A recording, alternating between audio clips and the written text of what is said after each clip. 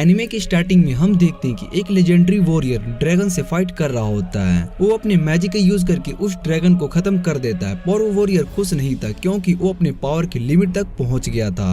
फिर वो अपने क्रेस्ट के 4th स्टेज पर आने के बाद वहां से रिकार्नेट होकर दूसरी दुनिया में चला जाता है, जहां वो एक मर्चेंट के साथ ट्रेवल कर रहा होता है और वो मर्चेंट उससे कहता है कि हम जल्द ही रॉयल कैपिटल पहुंचने वाले हैं। फिर वो मर्चेंट उससे पूछते है कि तुम आखिर रॉयल कैपिटल क्यों जा रहे हो, और वो उसे बताता है कि मुझे रॉयल एकेडमी में हिस्सा लेना है जिससे कि मैं और स्ट्रॉन्ग हो पाऊंगा। और मर्चेंट उससे कहता है कि तुम्हें ज्यादा जल्दी नहीं करनी चाहिए, तुम्हें पहले इस बारे में अच्छे से सोचना चाहिए, और वैसे भी तुम्हारी क्रिस्ट को देखकर लगता है कि तुम बहुत ही स्ट्रॉन्ग नहीं हो। फिर वो बताता है कि यहाँ पास में एक बहुत ही बड़ा मॉन्स्टर हमारी तरफ आ रहा है, पर मर्चेंट उसकी बातों को सुनकर हंसने लगता है। तभी उसके सामने एक बड़ा सा मॉन्स्टर आ जाता है और वो लड़का उस मॉन्स्टर को एक ही अटैक में खत्म कर देता है, जिसे देखकर मर्चेंट भी हैरान हो जाता है। और उसके बाद वो दोनों रॉयल कैपिटल पहुंच जाते हैं, जहां अपना मेन कैरेक्टर मैटी रॉयल कैपिटल में घूम रहा होता है। और तभी वो एक शॉप के अंदर जाता है। वहां एक लड़की शॉप ओनर से सोड बनाने के लिए कह रही होती है और बताती है कि मेरी दोस्त का एंट्रेंस एग्जाम है, इसलिए मुझे जल्दी से एक सोड चाहिए। पर वो शॉप ओनर मना कर रहा होता है और वो उससे कहता है कि मैजिक इनहेंसमेंट में बहुत ही टाइम लगता है, जिस वजह से मैं इतनी जल्दी से सोड नहीं बना सकता हूँ। और वो लड़की ओनर से कहती है कि आप ही मेरी लास्ट उम्मीद हो। तभी मैटी उसके पास आता है और वो शॉप ओनर से कहता है कि मैं मैजिक इनहेंसमेंट कर सकता हूँ, जिस पर शॉप ओनर मैटी से कहता है कि तुम्हें ऐसी बातें नहीं करनी चाहिए जिससे कि तुम पूरा ना कर सको। मैटी बताता है कि मैं ये कर सकता हूँ। फिर वो लड़की शॉप ओनर से सोड बनाने के लिए बोलती है। वो उससे कहती है कि मुझे इस लड़के पर ट्रस्ट है। और उसके बाद मैटी और वो लड़की बैठकर बातें करने लगते हैं। वो लड़की मैटी को अपना नाम अल्मा बताती है और मैटी उसको अपना नाम बताता है, जिसके बाद अल्मा मैटी से कहती है कि सोड बनने के बाद हम दोनों साथ में घर चलेंगे।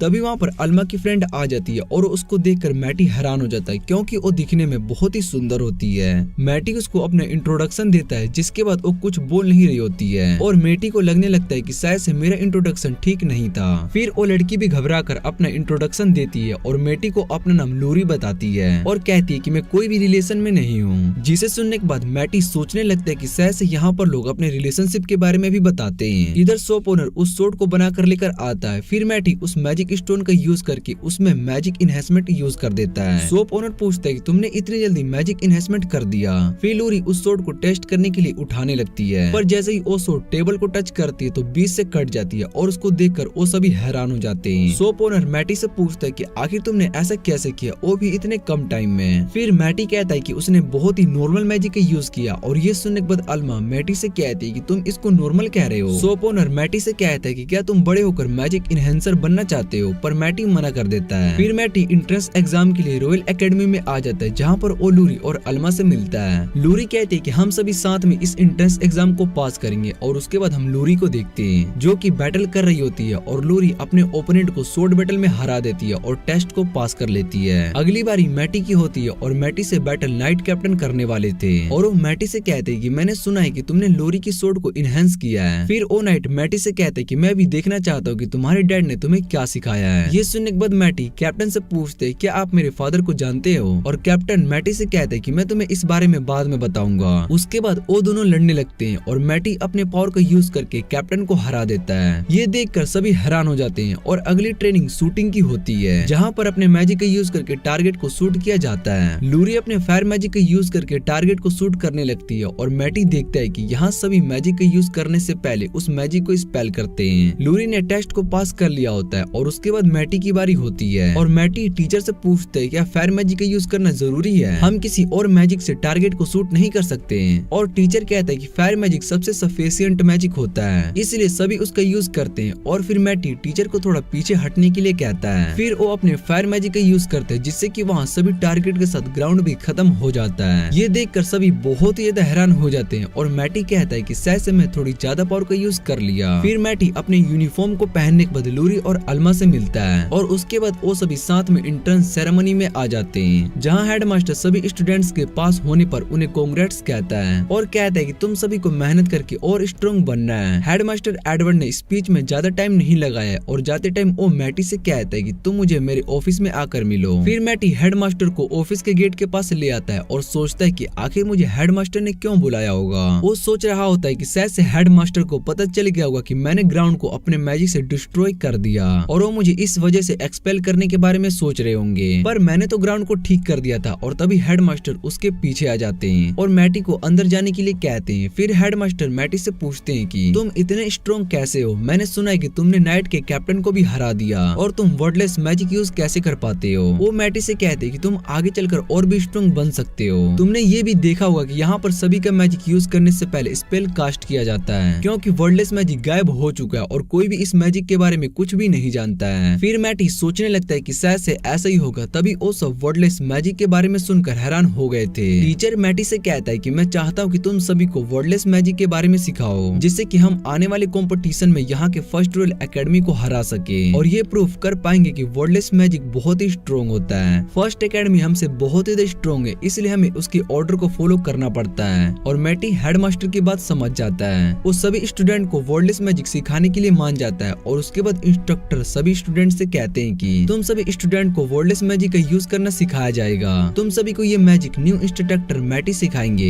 और उसके बाद मैटी सभी को अपना वर्डलेस मैजिक का यूज करके दिखाता है, जिसे देखकर सभी स्टूडेंट्स हैरान हो जाते हैं और सोच रहे होते हैं कि कहीं मैटी डीमन तो नहीं है, क्योंकि डीमंस ही वर्डलेस मैजिक का यूज करते हैं। फिर इंस्ट्रक्टर भी वर्डलेस मैजिक का यूज करके टारगेट को शूट करता है और बताता है कि हम भी वर्डलेस मैजिक का यूज कर सकते हैं। मुझे मैटी ने ट्रेनिंग दी है और मैं चाहता हूँ कि सभी स्टूडेंट्स इस मैजिक को अच्छे से सीख सके। उसके बाद सभी स्टूडेंट्स वर्डलेस मैजिक का यूज कर रहे होते हैं और उन सभी को देखकर लूरी कहती है कि सभी ट्रेनिंग में बहुत ही फोकस्ड हैं, पर मेरे पास ज्यादा एनर्जी नहीं बची है। और तभी मैटी उसके पास आता है और उसको पता चल गया होता है कि लूरी की एनर्जी खत्म हो चुकी है। फिर वो अपनी एनर्जी लूरी में ट्रांसफर करने लगता है और उसके बाद लूरी भी वर्डलेस मैजिक का यूज कर पा रही होती है। ये देखकर वो बहुत ही खुश हो जाती है और फिर एक मंथ के बाद कॉम्पिटिशन का दिन आ जाता है। लूरी मैटी को बताती है कि इस बार चूजन वन नहीं आया, वो बहुत ही स्ट्रॉन्ग है, उनकी वजह से ही फर्स्ट एकेडमी जीत पाती है और उससे पहले टाइटल नाइट कैप्टन के पास थी। फिर मैटी बताता है कि वो मुझसे 10 टाइम ज्यादा स्ट्रॉन्ग है और ये सुनते ही अल्मा और लूरी दोनों हैरान हो जाते हैं। मैटी उन दोनों से पूछते हैं क्या डीमंस ह्यूमंस के दुश्मन है, और लूरी बताते हैं कि ह्यूमंस के लिए सबसे बड़ा खतरा डीमंस है। फिर मैटी बैटल के लिए जाने लगता है और वो सोच रहा होता है कि डीमंस इस दुनिया में भी एग्जिस्ट करते हैं। इधर फर्स्ट एकेडमी के स्टूडेंट मैटी को उसके क्रिस्ट की वजह से फेलियर कह रहे होते हैं और उसका मजाक उड़ा रहे होते हैं। मैटी को पता चल गया होता है कि वो स्टूडेंट असल में एक डीमन है जो कि स्टूडेंट के रूप में यहाँ पर आया है। फिर फर्स्ट एकेडमी के स्टूडेंट कहते हैं कि शायद से सेकंड एकेडमी के लोगों ने जीतने के बारे में सोचना बंद कर दिया है। उसके बाद फाइट शुरू हो जाती है और मैटी उस डीमन पर अटैक करता है, जिससे कि वो बच जाता है। फिर वो अपना मैजिक यूज करके मैटी पर अटैक करता है, लेकिन उसने अपना मैजिक कास्ट नहीं किया था और ये देखकर सभी को उसकी सच्चाई का पता चल जाता है। उसके बाद मैटी उसके अटैक को डोज कर रहा होता है और वो डीमन मैटी से पूछता है कि तुम इतने स्ट्रॉन्ग कैसे हो, जिस पर मैटी उससे कहता है कि तुम बहुत ही वीक हो। और उसके बाद मैटी उस पर अपनी सोर्ड से अटैक करता है, जिससे कि वो डीमन अपने असली रूप में आ जाता है और उसकी सच्चाई सभी के सामने आ गई होती है। हेडमास्टर सभी स्टूडेंट्स को यहाँ से जाने के लिए कहते हैं और वो डीमन मैटी पर अटैक करता है, जिसे मैटी अपने बैरियर से ब्लॉक कर लेता है। और जब वो डीमन वहाँ से भागने जा रहा होता है तभी मैटी उस पर अटैक करके उसको मार देता है और ये देखकर एडवर्ड कहता है कि इसने अकेले ही डीमन को हरा दिया। फिर मैटी सोचने लगता है कि मैंने अपनी पास्ट की लाइफ में सभी डीमंस को खत्म कर दिया था, पर शायद से इस दुनिया में आज सिचुएशन बहुत ही खराब हो चुकी है।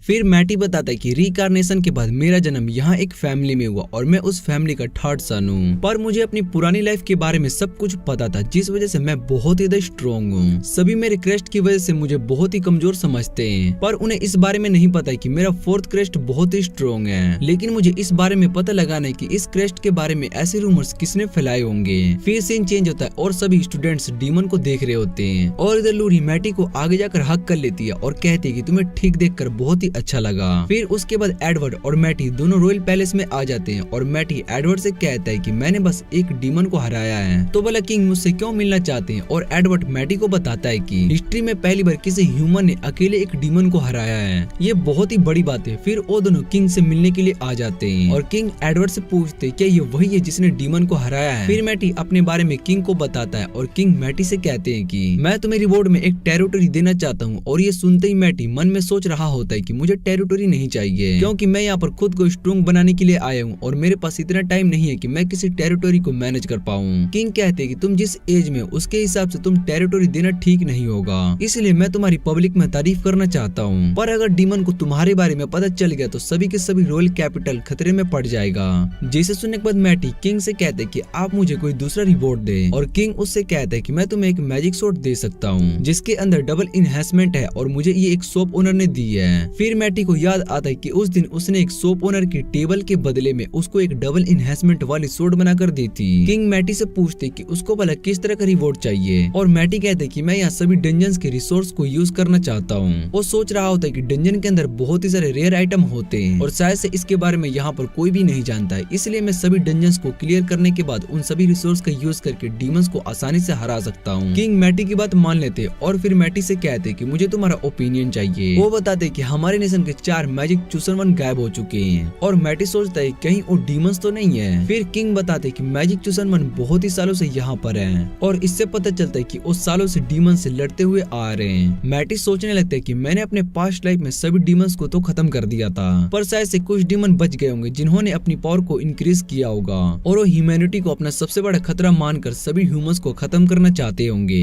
किंग मैटी से कहता है कि तुम्हारी वजह से नेशन के सभी डीमंस जा चुके हैं और मैटी किंग से कहता है कि अभी सिचुएशन और भी ज्यादा खराब होने वाली है। सभी डीमंस एक साथ मिलकर नेशन पर अटैक करेंगे और उन्हें ऐसा करने में 3 मंथ्स का टाइम लग जाएगा, जिसे सोचकर किंग परेशान हो रहा होता है। फिर मैटी बताता है कि हमें डीमन से बचने के लिए एक बड़ा सा बैरियर बनाना होगा। मैटी उन्हें बताता है कि हमें उस बैरियर को बनाने में बहुत ही ज्यादा मैजिक की जरूरत है और मैं सभी स्टूडेंट्स को भी वर्डलेस मैजिक सिखा दूंगा जिससे कि वो सभी स्ट्रॉन्ग हो सकेंगे और हम 1 महीने के अंदर बैरियर बना लेंगे। किंग मैटी को मदद के लिए थैंक्स कहता है और उसके बाद मैटी ट्रेजर रूम में आ जाता है, जहाँ पर गार्ड मैटी से कहते हैं कि आप इस रूम के अंदर से कुछ भी ले सकते हैं जो आपको ठीक लगे। फिर मैटी उन सभी ट्रेजर में से एक सोर्ड को देखता है और उसको याद आता है कि इस सोर्ड को मैंने अपने पास्ट लाइफ में बनाई थी। मैटी उस सोर्ड को ले आता है और उसके साथ एक पेंडेंट भी होता है जो कि पावर को इंक्रीज कर सकती है। फिर उसके बाद मैटी एकेडमी में सभी स्टूडेंट्स को ट्रेनिंग दे रहा होता है और सभी स्टूडेंट्स वर्डलेस मैजिक का यूज बहुत ही अच्छे तरीके से कर रहे होते हैं। लूरी और अल्मा दोनों मैटी के पास आते हैं और उससे कहते हैं कि हेडमास्टर ने हमें बताया है कि एक बैरियर बनाने वाले हो,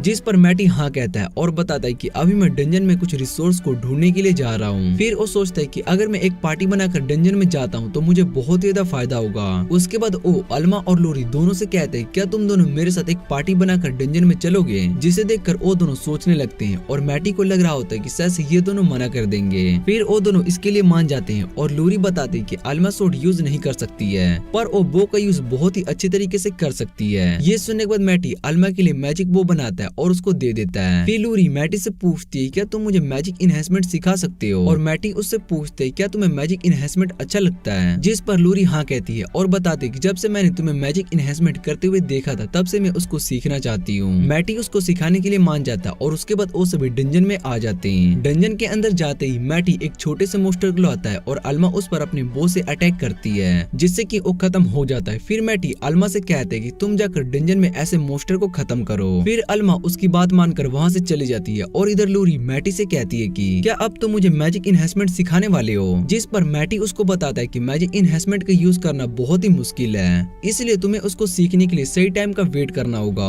ये सुनकर लूरी सैड हो जाती है और दोनों आगे जाने लगते हैं, जहाँ पर मैटी डंजन की दीवार को तोड़ देता है। लूरी उससे पूछती है कि तुमने इस दीवार को क्यों तोड़ा और मैटी बताता है कि डंजन की दीवारें बहुत ही स्ट्रॉन्ग होती है, हम इसके मटेरियल का यूज करके स्ट्रॉन्ग वेपन भी बना सकते हैं और लूरी उस पर अपने मैजिक का यूज करने लगती है। इधर अल्मा उन दोनों के पास आती है। फिर लूरी अल्मा को एक आर्मर देती है जिसे उसने खुद बनाया होता है। ये देखकर अल्मा बहुत ही ज्यादा खुश हो जाती है और मैटी उन दोनों से कहता है कि हम इस डंजन के 10वें फ्लोर को चेक करने वाले हैं, जिसे सुनकर वो दोनों हैरान हो जाते हैं और वो दोनों भी इसके लिए मान जाते हैं और कहते हैं कि हमें भी स्ट्रॉन्ग बनना है। फिर वो सभी मोस्टर को हराते हुए 10वें फ्लोर पर आ जाते हैं और उनकी पावर लेवल भी इंक्रीज हो चुकी होती है। तभी वहाँ पर एक वुल्फ मोस्टर आ जाता है जो कि बहुत ही ज्यादा स्ट्रॉन्ग होता है और मैटी उन दोनों से कहता है कि तुम दोनों को सेफ रहना होगा क्योंकि ये बहुत ही ज्यादा पावरफुल है और वो वुल्फ उन दोनों पर अटैक करता है जिससे कि वो दोनों बच जाते हैं। मैटी सोचता है कि क्या मुझे इन दोनों की मदद करनी चाहिए। फिर अल्मा और लूरी दोनों अपनी पावर का यूज करके उस वुल्फ मोस्टर को खत्म कर देती है। मैटी उन दोनों से कहता है कि तुम्हारा टीम वर्क तो बहुत ही अच्छा है और उसके बाद वो कहते हैं कि हमें यहाँ पर कैंप करके रेस्ट करना चाहिए, पर अल्मा को कुछ भी समझ में नहीं आ रहा होता है। फिर मैटी अपने मैजिक स्टोन का यूज करके वहाँ पर एक बैरियर बना देता है। वो उन दोनों से बैरियर के अंदर रहने के लिए कहता है और बताता है कि मैं 25वें फ्लोर तक जाने वाला हूँ, जिसे सुनकर अल्मा हैरान हो जाती है और बताता है कि यहाँ डंजन में सबसे स्ट्रॉन्ग पार्टी भी 23 फ्लोर पर ही जा पाती है, इसलिए तुम्हारा वहाँ पर जाना सेफ नहीं होगा। और मैटी बताता है कि मुझे कुछ भी नहीं होने वाला है। इतना कहने के बाद मैटी नीचे सभी फ्लोर को चेक करने के बाद सीधा 25वें फ्लोर पर आता है, जहाँ पर उसको बहुत ही सारे मोस्टर्स फील हो रहे थे और उन सभी को मार देता है। तभी उसके सामने एक बड़ा सा स्नैक मोस्टर आ जाता है और मैटी सोचता है कि इसको मैंने पहले भी हराया है। फिर वो उस मोस्टर से लड़ने लगता है और उसके सभी अटैक अटैक को डोज करने के बाद वो उस पर अपनी सोर्ड से अटैक करता है, लेकिन उस स्नैक मॉन्स्टर को कुछ भी नहीं हो रहा होता है। फिर मैटी अपने मैजिक स्टोन को तोड़कर उसकी पावर को सोर्ड के साथ मर्ज करने के बाद उस मॉन्स्टर पर अटैक करता है, जिससे कि वो मॉन्स्टर खत्म हो जाता है। और इधर अल्मा और लोरी भी डंजन को हिलते हुए महसूस कर रही होती है। फिर मैटी उन दोनों के पास आता है और कहता है कि मैंने डंजन को क्लियर कर दिया, और उसके बाद वो उन दोनों को मॉन्स्टर को दिखाता है जिसे उसने मारा था। और उस मॉन्स्टर को देखने के बाद लोरी और अल्मा दोनों बहुत ही ज्यादा हैरान हो जाती है। उसके बाद वो तीनों गिल्ड में अपने रिसोर्स को एक्सचेंज करने के लिए आ जाते हैं, और गिल्ड वर्कर उन सभी से पूछते हैं कि आपको क्या एक्सचेंज करवाना है। फिर मैटी उस बड़े से स्नैक मॉन्स्टर को बाहर निकालता है और कहते हैं क्या आप इसको एक्सचेंज कर सकते हैं। वो वर्कर उस बड़े से मॉन्स्टर को देखकर हैरान हो जाती है, और फिर वो उन सभी से पूछती है कि क्या तुम कुछ और भी सेल करना चाहते हो।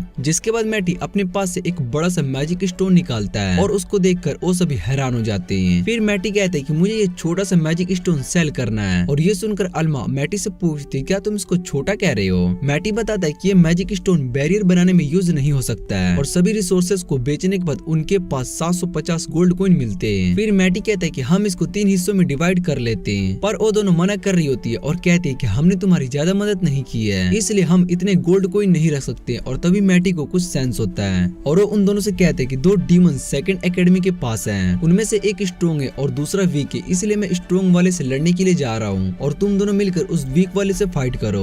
जिसे सुनने के बाद अल्मा कहते हैं कि हम दोनों उन डीमन से नहीं लड़ सकते, और मैटी बताता है कि तुम दोनों उस डीमन का सामना कर सकती हो। अगर हमने उस डीमन को नहीं रोका तो रॉयल एकेडमी खत्म हो जाएगी। और फिर अल्मा और लोरी दोनों इसके लिए मान जाते हैं। वो कहते हैं कि हम तुम्हें उन डीमन से अकेले नहीं लड़ने देंगे और तुम्हारा साथ देंगे। फिर मैटी उन डीमन से लड़ने के लिए चला जाता है, और वो डीमन मैटी को अपने पास देखकर हैरान हो जाता है। डीमन मैटी पर अटैक करता है, और मैटी सोचने लगता है कि मेरे पास ज्यादा मैजिक पावर नहीं बचा है। फिर वो डीमन मैटी पर अटैक करता है, जिसे मैटी ब्लॉक कर लेता है। ये देखकर वो डीमन बहुत ही हैरान हो जाते हैं, और मैटी सोचते है कि मुझे इनकी मैजिक का यूज इन पर ही करना होगा। वो उस मैजिक को उस डीमन पर रिफ्लेक्ट कर देता है, जिसे देखकर डीमन कहता है कि तुम तो बहुत ही रिसोर्सेज के साथ आए हो। और फिर वो मैजिक पीछे से आकर डीमन को लगता है। इधर अल्मा भी दूसरे डीमन पर एरो से अटैक करती है, और मैटी का प्लान उन दोनों से अलग अलग लड़ने का काम करने लगता है। डीमन मैटी पर अपने स्ट्रॉन्ग मैजिक का यूज करने वाला होता है, तभी मैटी अपने मैजिक से उसके मैजिक स्पेल को खत्म कर देता है। जिसके बाद वो डीमन अपनी सोर्ड निकालकर मैटी से फाइट करने लगता है, पर मैटी उसके सभी अटैक को डोज कर लेता है। डीमन गुस्से में मैटी से कहता है कि मेरा अटैक तुम्हें कैसे नहीं लग रहा है, और मैटी उससे कहता है कि तुम्हारी सोर्ड स्किल अच्छी नहीं है। फिर मैटी उस पर अटैक करने के लिए जा रहा होता है, और तभी वो डीमन अपने मैजिक स्पेल का यूज करता है। वो डीमन मैटी से कहता है कि तुम मेरे ट्रैप में फंस गया है, पर मैटी बच जाता है। और उसके बाद वो डीमन भी मैटी को फाइट में बहुत ही अच्छी टक्कर देने लगता है। जिसके बाद मैटी उस डीमन को अपने ट्रैप में फंसा लेता है, और उसको बताता है कि ये मैजिक तुम्हारी सारी पावर को एब्जॉर्ब कर लेगा। उसके बाद वो डीमन नीचे गिर जाता है, और वो मैटी से दोबारा लड़ने के लिए खड़ा होने लगता है, पर वो बहुत ही ज्यादा इंजर्ड हो चुका था, जिस वजह से वो खड़ा नहीं हो पाता है और वहीं पर गिर कर मर जाता है। फिर दूसरा डीमन ये देखकर उसके पास आने की कोशिश करता है, लेकिन अल्मा और लोरी ने दोनों उस डीमन को बहुत ही दूर ले आया था। और फिर मैटी उन्हें देखकर कहता है कि ये दोनों बहुत ही अच्छे से फाइट कर रहे हैं। उसके बाद मैटी उस डीमन को खत्म करने के लिए उसके पास जाने लगता है, और इधर वो डीमन अब भागने की कोशिश कर रहा था। फिर मैटी अल्मा को एरो से अटैक करने के लिए कहता है, और अल्मा अपने एरो से अटैक करती है, जिसे मैटी अपने मैजिक का यूज करके सीधा उस डीमन के पास पहुंच जाता है। और उस अटैक के बाद वो डीमन वहीं पर नीचे गिर जाता है। सभी लोग ये देखकर हैरान होते कि इन 3 बच्चों ने 2 डीमंस को हरा दिया।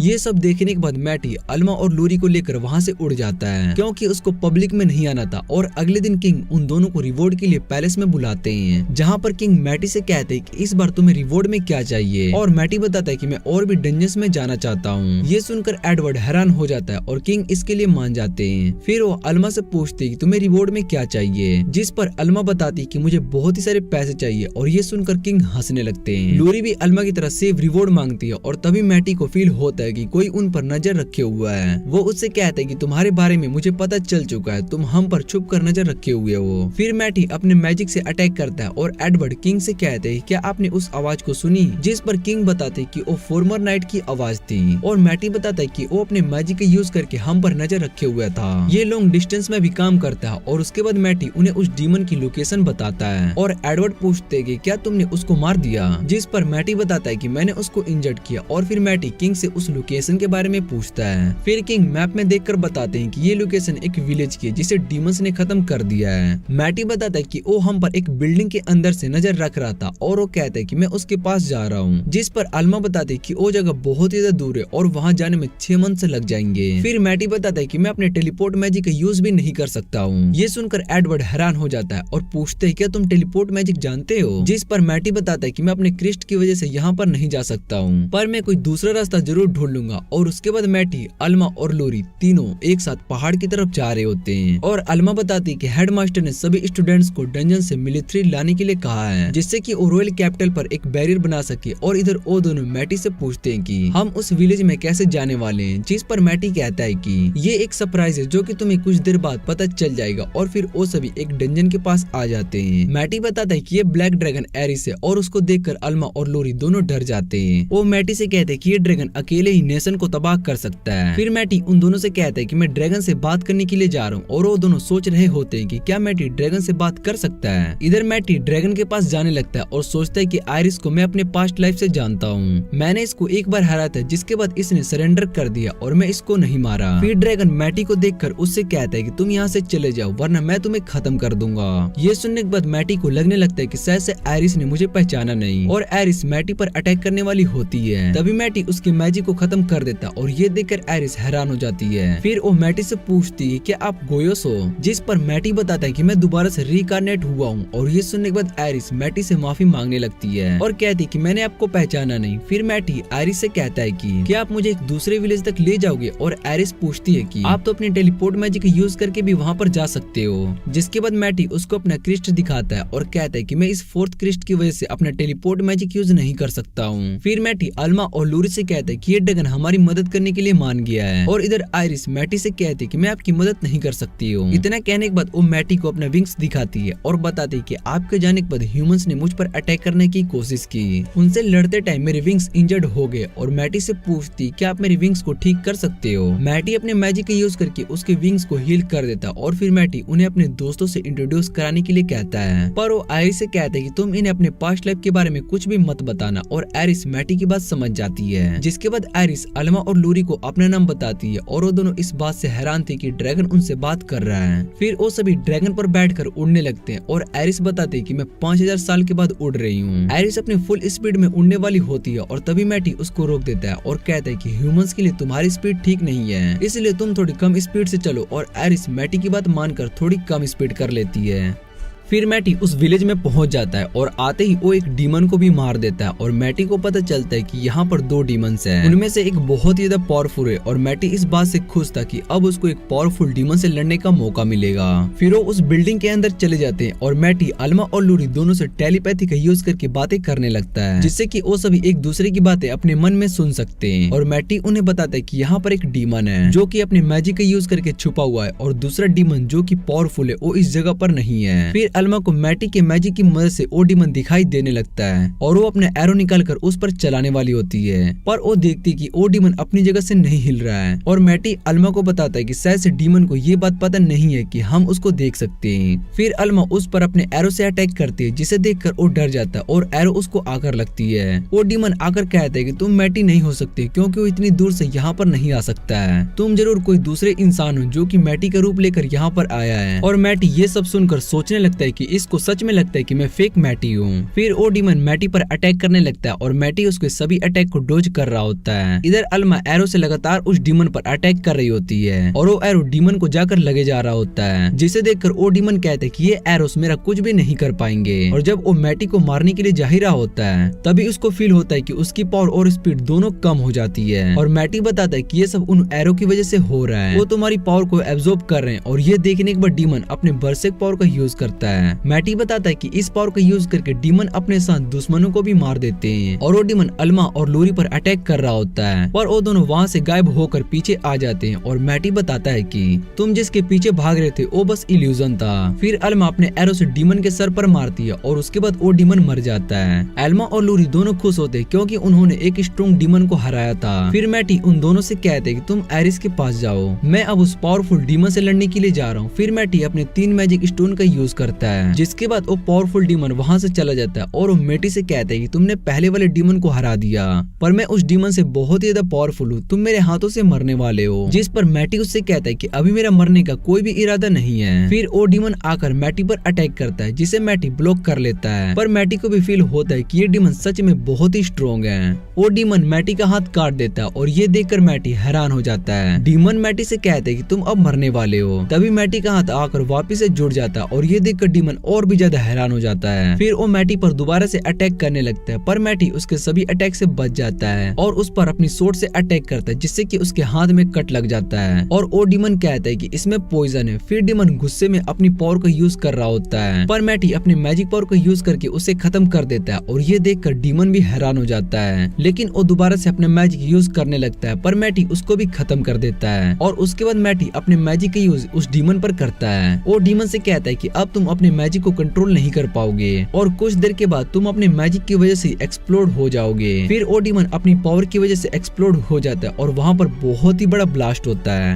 ब्लास्ट के बाद वहाँ पर एक क्रिस्टल आ जाता है और लूरी मैटी के ऊपर जंप करके उसको हक कर लेती है। वो मैटी से पूछती है क्या तुम ठीक हो, और मैटी बताता है कि मैं बिल्कुल ठीक हूँ। फिर अल्मा मैटी से उस क्रिस्टल के बारे में पूछती है और मैटी बताता है कि इस क्रिस्टल का यूज करके डीमन बाकी सभी डीमंस को रॉयल कैपिटल पर अटैक करने के लिए भेजना चाहता था। अल्मा पूछती कि अब हमें क्या करना चाहिए और मैटी कहता है कि अब सभी डीमन रॉयल कैपिटल की ओर नहीं जा रहे हैं, इसलिए कैपिटल सेफ है। और उसके बाद वो सभी वहाँ से जाने लगते हैं और आयरिस मैटी से कहती है कि अब मुझे क्या करना होगा। मैटी आयरिस से कहता है कि तुम हमारे साथ रह सकती हो और तुम्हें वो मैजिक आता है जिससे कि तुम एक ह्यूमन में चेंज हो सकती हो। आयरिस उस मैजिक का यूज करके अपने आप को एक गर्ल में चेंज कर लेती है, पर उसने कपड़े भी नहीं पहने हुए थे, इसलिए अल्मा और लोरी दोनों मैटी को आंखें बंद करने के लिए कहती है और मैटी कहता है कि वो एक ड्रैगन है। फिर वो सभी एकेडमी में आ जाते हैं, जहाँ पर मैटी हेडमास्टर एडवर्ड से आयरिस के एडमिशन के बारे में पूछता है, जिस पर एडवर्ड मान जाते हैं और कहते हैं कि हमें इसका टेस्ट लेना होगा और मैटी इसके लिए मान जाता है। वो कहता है कि मैं भी इसके साथ रहूंगा, क्योंकि मैटी को ये बात पता होती है कि आयरिस एक ड्रैगन है और वो अपने पावर पर कभी भी कंट्रोल खो सकती है, जिस वजह से पूरा एकेडमी ब्लास्ट हो सकता है और एडवर्ड इसके लिए मान जाते हैं। फिर मैटी आयरिस से कहता है कि तुम अपनी पावर को कम यूज करना है और उसके बाद आयरिस के हाथ पर एक क्रिस्ट बना देता है, जिसके बाद अल्मा और लोरी दोनों हैरान हो जाते हैं और उससे पूछते हैं कि तुम अपने मैजिक से क्रिस्ट भी बना सकते हो।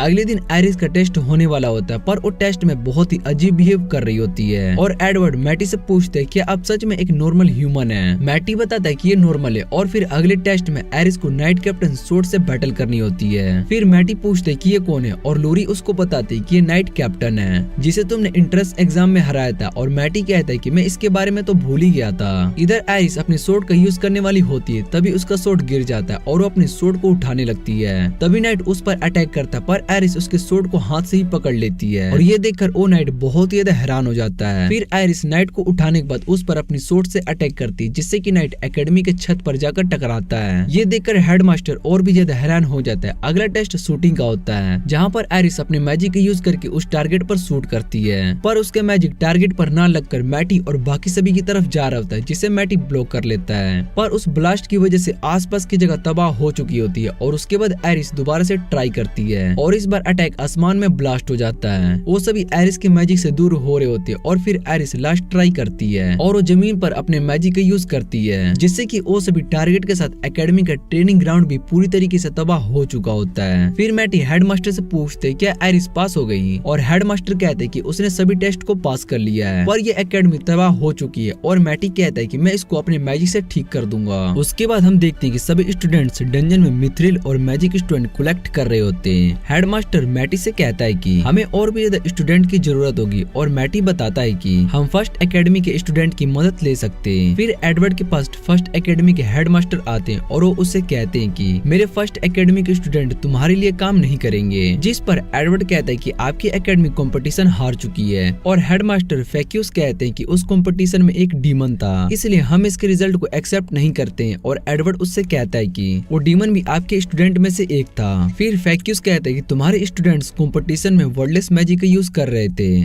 उसके बाद मैटी फैक्यूस से कहता है कि हम दोबारा से एक कंपटीशन करते हैं, जो भी इस पर जीतेगा हारने वाली एकेडमी उसकी बात मानेगी। फैक्यूस इसके लिए मान जाता है और वो मैटी से कहता है कि तुम इस कंपटीशन में पार्ट नहीं लोगे, जिस पर एडवर्ड फैक्यूस को मना करने लगते हैं और मैटी इसके लिए मान जाता है। फिर हेडमास्टर फैक्यू वहाँ से जाने लगते हैं और मैटी एडवर्ड से कहता है कि हमें टेंशन नहीं लेनी चाहिए। अगले दिन सभी कंपटीशन के लिए आए होते, जहाँ पर फर्स्ट एकेडमी के सभी टॉप स्टूडेंट्स ग्राउंड में होते हैं। फिर सेकंड एकेडमी से सिर्फ 5 स्टूडेंट ही लड़ने के लिए आते हैं और उन्हें देखकर फैक्यूस हैरान हो जाता है और कहता है कि तुम ये कंपटीशन हारने वाले हो। मैटी सोच रहा होता है कि अगर सिचुएशन बिगड़ जाएगी तो आयरिस को बैटल के लिए भेज दूंगा। फिर बैटल शुरू होती है और 5 स्टूडेंट्स वर्डलेस मैजिक का यूज करके सभी स्टूडेंट्स पर अटैक करते हैं, जिसे देखकर फैक्यूस हैरान हो जाता है और कहता है कि ये भी वर्डलेस मैजिक का यूज कर रहे हैं। उन 5 स्टूडेंट्स ने सभी स्टूडेंट्स को हरा दिया और मैटी सोच रहा होता है कि शायद से 5 स्टूडेंट्स भी इनके लिए बहुत ही ज्यादा हो गए हैं, पर फैक्यूस ये रिजल्ट एक्सेप्ट नहीं कर रहा होता है और बताता है कि तुमने जरूर चीटिंग की है। और फिर वो आयरिस से कहता है कि नेक्स्ट बैटल ये करेगी, जिस पर आयरिस कहती है कि मेरे पास सोड नहीं है और मैटी उसको हेडमास्टर एडवर्ड की सोड दे देता है, जिसे फैक्यूस चेक करने लगता है और कहता है कि तुमने इस सोड में जरूर मैजिक का यूज किया होगा। पर वो सोड नॉर्मल होती है और एडवर्ड आयरिस से कहता है कि तुम इस सोड का यूज ध्यान से करना, पर जैसे ही आयरिस सोड को बाहर निकालती है तो वो सोड उसकी पावर की वजह से मुड़ जाती है, जिसे देखकर फैक्यूस हैरान हो जाते हैं। फिर वो एडवर्ड से कहते हैं कि तुम्हारे एकेडमी के स्टूडेंट्स मॉन्स्टर हैं, वो वर्डलेस मैजिक के साथ इतने ज्यादा स्ट्रॉन्ग कैसे हो सकते हैं, और वैसे भी वर्डलेस मैजिक का यूज करना बंद कर दिया गया है। फिर एडवर्ड फैक्यूस से कहता है कि तुमने इस मैजिक का यूज करने से मना किया था, पर मैंने किंग से बात की और वो वर्डलेस मैजिक के खिलाफ नहीं है, इसलिए उन्होंने हमें इसकी परमिशन दे दी कि तुम कभी भी वर्डलेस मैजिक को स्ट्रॉन्ग नहीं समझते हो। जिस पर फैक्यूस कहता है कि मैं अपने नेशन में इस तरह के मैजिक को नहीं आने दे सकता हूँ। और तभी वहाँ पर किंग आ जाते हैं और वो फैक्यूस से कहते हैं कि तुमने मेरे ऑर्डर्स को नहीं माने, इसलिए वो फैक्यूस को प्रिजन में डालने का ऑर्डर देते हैं। जिसके बाद गार्ड्स फैक्यूस को पकड़ कर ले जाते हैं और किंग फर्स्ट एकेडमी के सभी स्टूडेंट से कहते हैं कि तुम सभी सेकंड एकेडमी के स्टूडेंट की मदद करने वाले हो और साथ में तुम वर्डलेस मैजिक भी सीखोगे, क्योंकि मैं चाहता हूँ कि आने वाले खतरे में तुम सभी इस नेशन को प्रोटेक्ट करो। और सभी स्टूडेंट्स किंग की बात मान लेते हैं। मैटी हेडमास्टर से कहता है कि किंग को बुलाने का आपका डिसीजन बहुत ही अच्छा था। फिर उसके बाद मैटी अपने पार्टी के साथ डंजन में जाने लगता है और अल्मा कहती है कि फर्स्ट एकेडमी के स्टूडेंट्स भी हमारी मदद कर रहे हैं, इससे बैरियर बनाने का काम जल्दी पूरा हो जाएगा। और फिर लूरी पूछती है कि हम इस डंजन में क्या करने के लिए आए हैं। मैटी बताता है कि हमें 60 सेंटीमीटर का मैजिक स्टोन चाहिए और उसके लिए हम डंजन में आए हैं। फिर मैटी कहता है कि आयरिस का जो मैजिक स्टोन है वो 70 सेंटीमीटर का है, और ये सुनकर आयरिस डर जाती है और अल्मा मैटी से कहती है कि तुम आयरिस को मारने के बारे में सोच रहे हो। जिस पर मैटी बताता है कि ऐसा नहीं है और वो सभी डंजन के और अंदर जाने लगते हैं, जहाँ अल्मा और लूरी दोनों मिलकर वोल्फ मॉन्स्टर को आसानी से हरा रही होती है। पर दूसरी तरफ आयरिस अपनी पावर को कंट्रोल नहीं कर पा रही होती है। अल्मा बताती कि ये पहली बार था कि हम दोनों 17 फ्लोर पर आए हैं, और आयरिस उन्हें बताती कि एक पर्सन ऐसा भी है जो कि 600 से ज्यादा फ्लोर पर जा चुका है, और मैटी मन में कहता है कि वो मैं ही था। फिर उसके बाद मैटी लूरी को मैजिक स्टोन यूज करने के लिए फॉर्मेशन बनाने के लिए कहता है, और लूरी अपने मैजिक यूज कर रही होती है, पर वो बहुत ही ज्यादा थक चुकी होती है। और उसके बाद मैटी उसकी मदद करता है। मैटी आयरिस से कहता है कि तुम अपने मैजिक का यूज करो और ज्यादा मत करना, वरना बहुत ही बड़ी प्रॉब्लम हो जाएगी। फिर आयरिस अपने मैजिक का यूज करके उस मैजिक स्टोन पर करने लगती है, और मैटी उसको अपना मैजिक लो करने के लिए बोलता है, पर आयरिस को लगता है कि मैटी उसको और भी ज्यादा मैजिक यूज करने के लिए बोल रहा है। फिर आयरिस मैजिक का यूज बहुत ही ज्यादा करने लगती है, जिसके बाद वहाँ पर एक बहुत ही बड़ा ड्रैगन आ जाता है, और मैटी बताता है कि इस ड्रैगन का मैजिक स्टोन 60 सेंटीमीटर तक है। फिर मैटी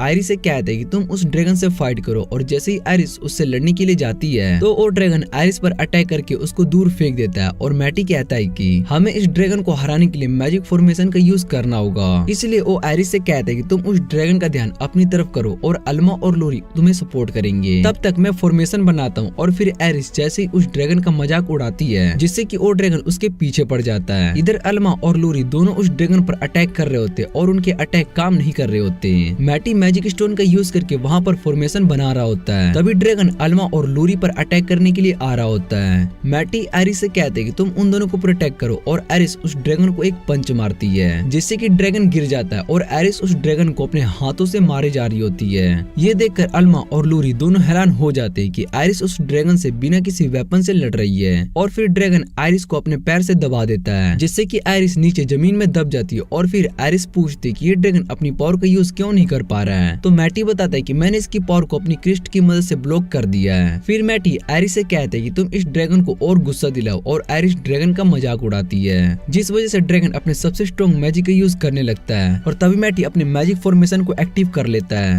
वो आयरिस और बाकी सभी को भागने के लिए कहता है, और आयरिस जाकर गड्ढे में गिर जाती है, और मैटी उसके पास आकर आयरिस पर एक बैरियर बना देता है, जिससे कि वो उस ब्लास्ट से बच सके। और मैटी अल्मा और लूरी से कहता है कि ये सुनकर वो दोनों डर जाते। फिर आयरिस अपने साथ उस ड्रैगन का मैजिक स्टोन ले आती है, और मैटी आयरिस से कहता है कि अब तुम्हें हमारी पार्टी को ज्वाइन कर लेनी चाहिए। जिस पर आयरिस पूछती है कि क्या मैं ऐसा कर सकती हूँ। और अल्मा और लूरी दोनों इससे बहुत ही ज्यादा खुश हो जाते हैं। मैटी कहता है कि हमें आयरिस को ट्रेन करना पड़ेगा जिससे कि वो अपने इस ह्यूमन बॉडी को कंट्रोल करना सीख जाए। फिर वो सभी एकेडमी आ जाते हैं जहाँ पर मैटी आयरिस से कहता है कि तुम इस जगह पर भागकर ह्यूमन बॉडी को कंट्रोल करना सीखोगी। आयरिस अपने सर पर टारगेट लेकर भाग रही होती है और अल्मा को वो टारगेट शूट करना होगा जिसे आयरिस प्रोटेक्ट करने की कोशिश करेगी और आयरिस बहुत ही बार नीचे गिरती है पर वो दोबारा से ट्रेनिंग करने के लिए खुद खड़ी हो जाती है। इधर लूरी मैटी से पूछती है कि मुझे किस तरह की ट्रेनिंग करनी होगी और मैटी उससे कहता है कि तुम अपने मैजिक का यूज करके हम सभी के लिए वेपन बनाओगी। जिसके बाद वो आयरिस को सभी एलिमेंट्स के बारे में बताने लगती है और आयरिस उससे कहती है कि मैं एक साथ इतने एलिमेंट्स को क्रिएट नहीं कर सकती हूँ। फिर मैटी उससे कहती है कि तुम उन सभी को कंबाइन करके उसका यूज कर सकती हो और फिर लूरी मैटी की बात मानकर अपने मैजिक इनहेंसमेंट करने लगती है। दूसरी तरफ आयरिस और अल्मा दोनों ट्रेनिंग कर रहे होते हैं और वो दोनों लूरी के पास आते हैं। मैटी बताता है कि लूरी सभी के लिए वेपन्स बना रही है और लूरी सबसे पहले अपनी सोर्ड का यूज करके एक बड़े से पत्थर को तोड़ देती है। फिर अल्मा अपने न्यू बो का यूज करती है और वो भी बड़े से पत्थर को आसानी से तोड़ देती है। आयरिस देखती है कि उसको एक स्पेयर मिला होता है और मैटी उससे कहता है कि तुम्हारे लिए ये स्पेयर ठीक होगा। फिर आयरिस उस स्पेयर से पत्थर को तोड़ती है पर साथ में एकेडमी का दीवार भी टूट जाती है। उसके बाद मैटी कहता है कि तुम तीनों मुझसे फाइट करो और वो सभी ट्रेनिंग करना शुरू कर देते हैं। फिर हेडमास्टर एडवर्ड सभी स्टूडेंट्स से कहते हैं कि हमें बैरियर बनाने में बहुत ही ज्यादा मेहनत करनी होगी। उसके बाद सभी स्टूडेंट्स डंजन में आकर मिथ्रिल कलेक्ट करने लगते हैं और अल्मा और लूरी दोनों मैटी के पास आते हैं। मैटी उन्हें बताता है कि एक डीमन जंगल में आ चुका है इसलिए तुम उस डीमन से जाकर लड़ना होगा। वो दोनों मैटी की बात मान लेते हैं और मैटी देखते हैं कि ये दोनों अपनी पावर पर ऑफ कॉन्फिडेंट है। उसके बाद वो दोनों एक गर्ल के साथ जंगल में आ जाते हैं जहाँ पर एक डीमन उन पर अटैक करने लगता है पर अल्मा उसको अपने एरो से खत्म कर देती है और तभी वहाँ पर दूसरा डीमन भी आ जाता है। अल्मा उस पर भी अपने एरो से अटैक करती है पर उस डीमन को कुछ भी नहीं होता है। फिर लूरी अपने सोर्ड से खत्म कर देती है और उन दोनों को ऐसे लड़ते देख वो लड़की बहुत ही ज्यादा हैरान हो जाती है। फिर उसको एहसास होता है कि ये मैटी की टीम की रियल पावर है और तभी उन दोनों को कुछ और भी फील होता है। वो दोनों वापिस से मैटी के पास आ जाते हैं और मैटी उन्हें बताता है कि कुछ डीमन सेकंड एकेडमी पर अटैक करने के लिए आने वाले हैं इसलिए तुम्हें उन सभी से लड़ना होगा और वो दोनों मैटी की बात मानकर चले जाते हैं। इधर आयरिस भी बहुत ही सारी मिथ्रिल को कलेक्ट करने में मदद कर रही होती है और दूसरी तरफ हेडमास्टर और सभी स्टूडेंट्स डीमन से लड़ने के लिए रेडी होते हैं। लूरी देखते कि वहाँ पर बहुत ही सारे मैजिक स्टोन हैं और हेडमास्टर उससे कहते कि ये सब तुम्हारे मैजिक इनहेंसमेंट के लिए है। फिर वहाँ पर एक डीमन आ जाता है और वो सभी को देखकर उन पर अटैक करता है पर हेडमास्टर और सभी अपने बैरियर का यूज करके उस अटैक से बच जाते हैं। स्टूडेंट्स अपने मैजिक से उस डीमन पर अटैक करते हैं लेकिन उनका मैजिक उस डीमन तक नहीं पहुँच पा रहा होता है। फिर अल्मा अपने एरो से अटैक करती है और वो डीमन उसको भी पकड़ लेता है। इधर लूरी मैजिक इनहेंसमेंट में फेल होते जा रही होती है। डीमन सभी पर अटैक कर रहा होता है और हेडमास्टर कहते हैं कि हमें इसको तब तक रोकना होगा जब तक लूरी अपने मैजिक इनहेंसमेंट पूरा नहीं कर लेती है। और लूरी सभी की ओर देखकर सोचती है कि मैटी और सभी मुझ पर बहुत ही ज्यादा ट्रस्ट करते हैं इसलिए मैं उन्हें निराश नहीं कर सकती और वो लास्ट मैजिक स्टोन पर अपना इनहेंसमेंट पूरा कर लेती है। जिसके बाद वो एरो अल्मा को देती है और अल्मा उस एरो से डीमन पर अटैक करती है लेकिन डीमन को वो एरो नहीं लगता है जिसे देखकर वो खुश हो रहा होता है। तभी वो एरो पीछे से आकर उसको लगता है और बाकी के स्टूडेंट्स अपने मैजिक का यूज करके उस पर अटैक करते हैं जिसके बाद डीमन वहीं पर मारा जाता है और सभी स्टूडेंट्स खुश थे क्योंकि उन सभी ने पहली बार किसी डीमन को हराया था।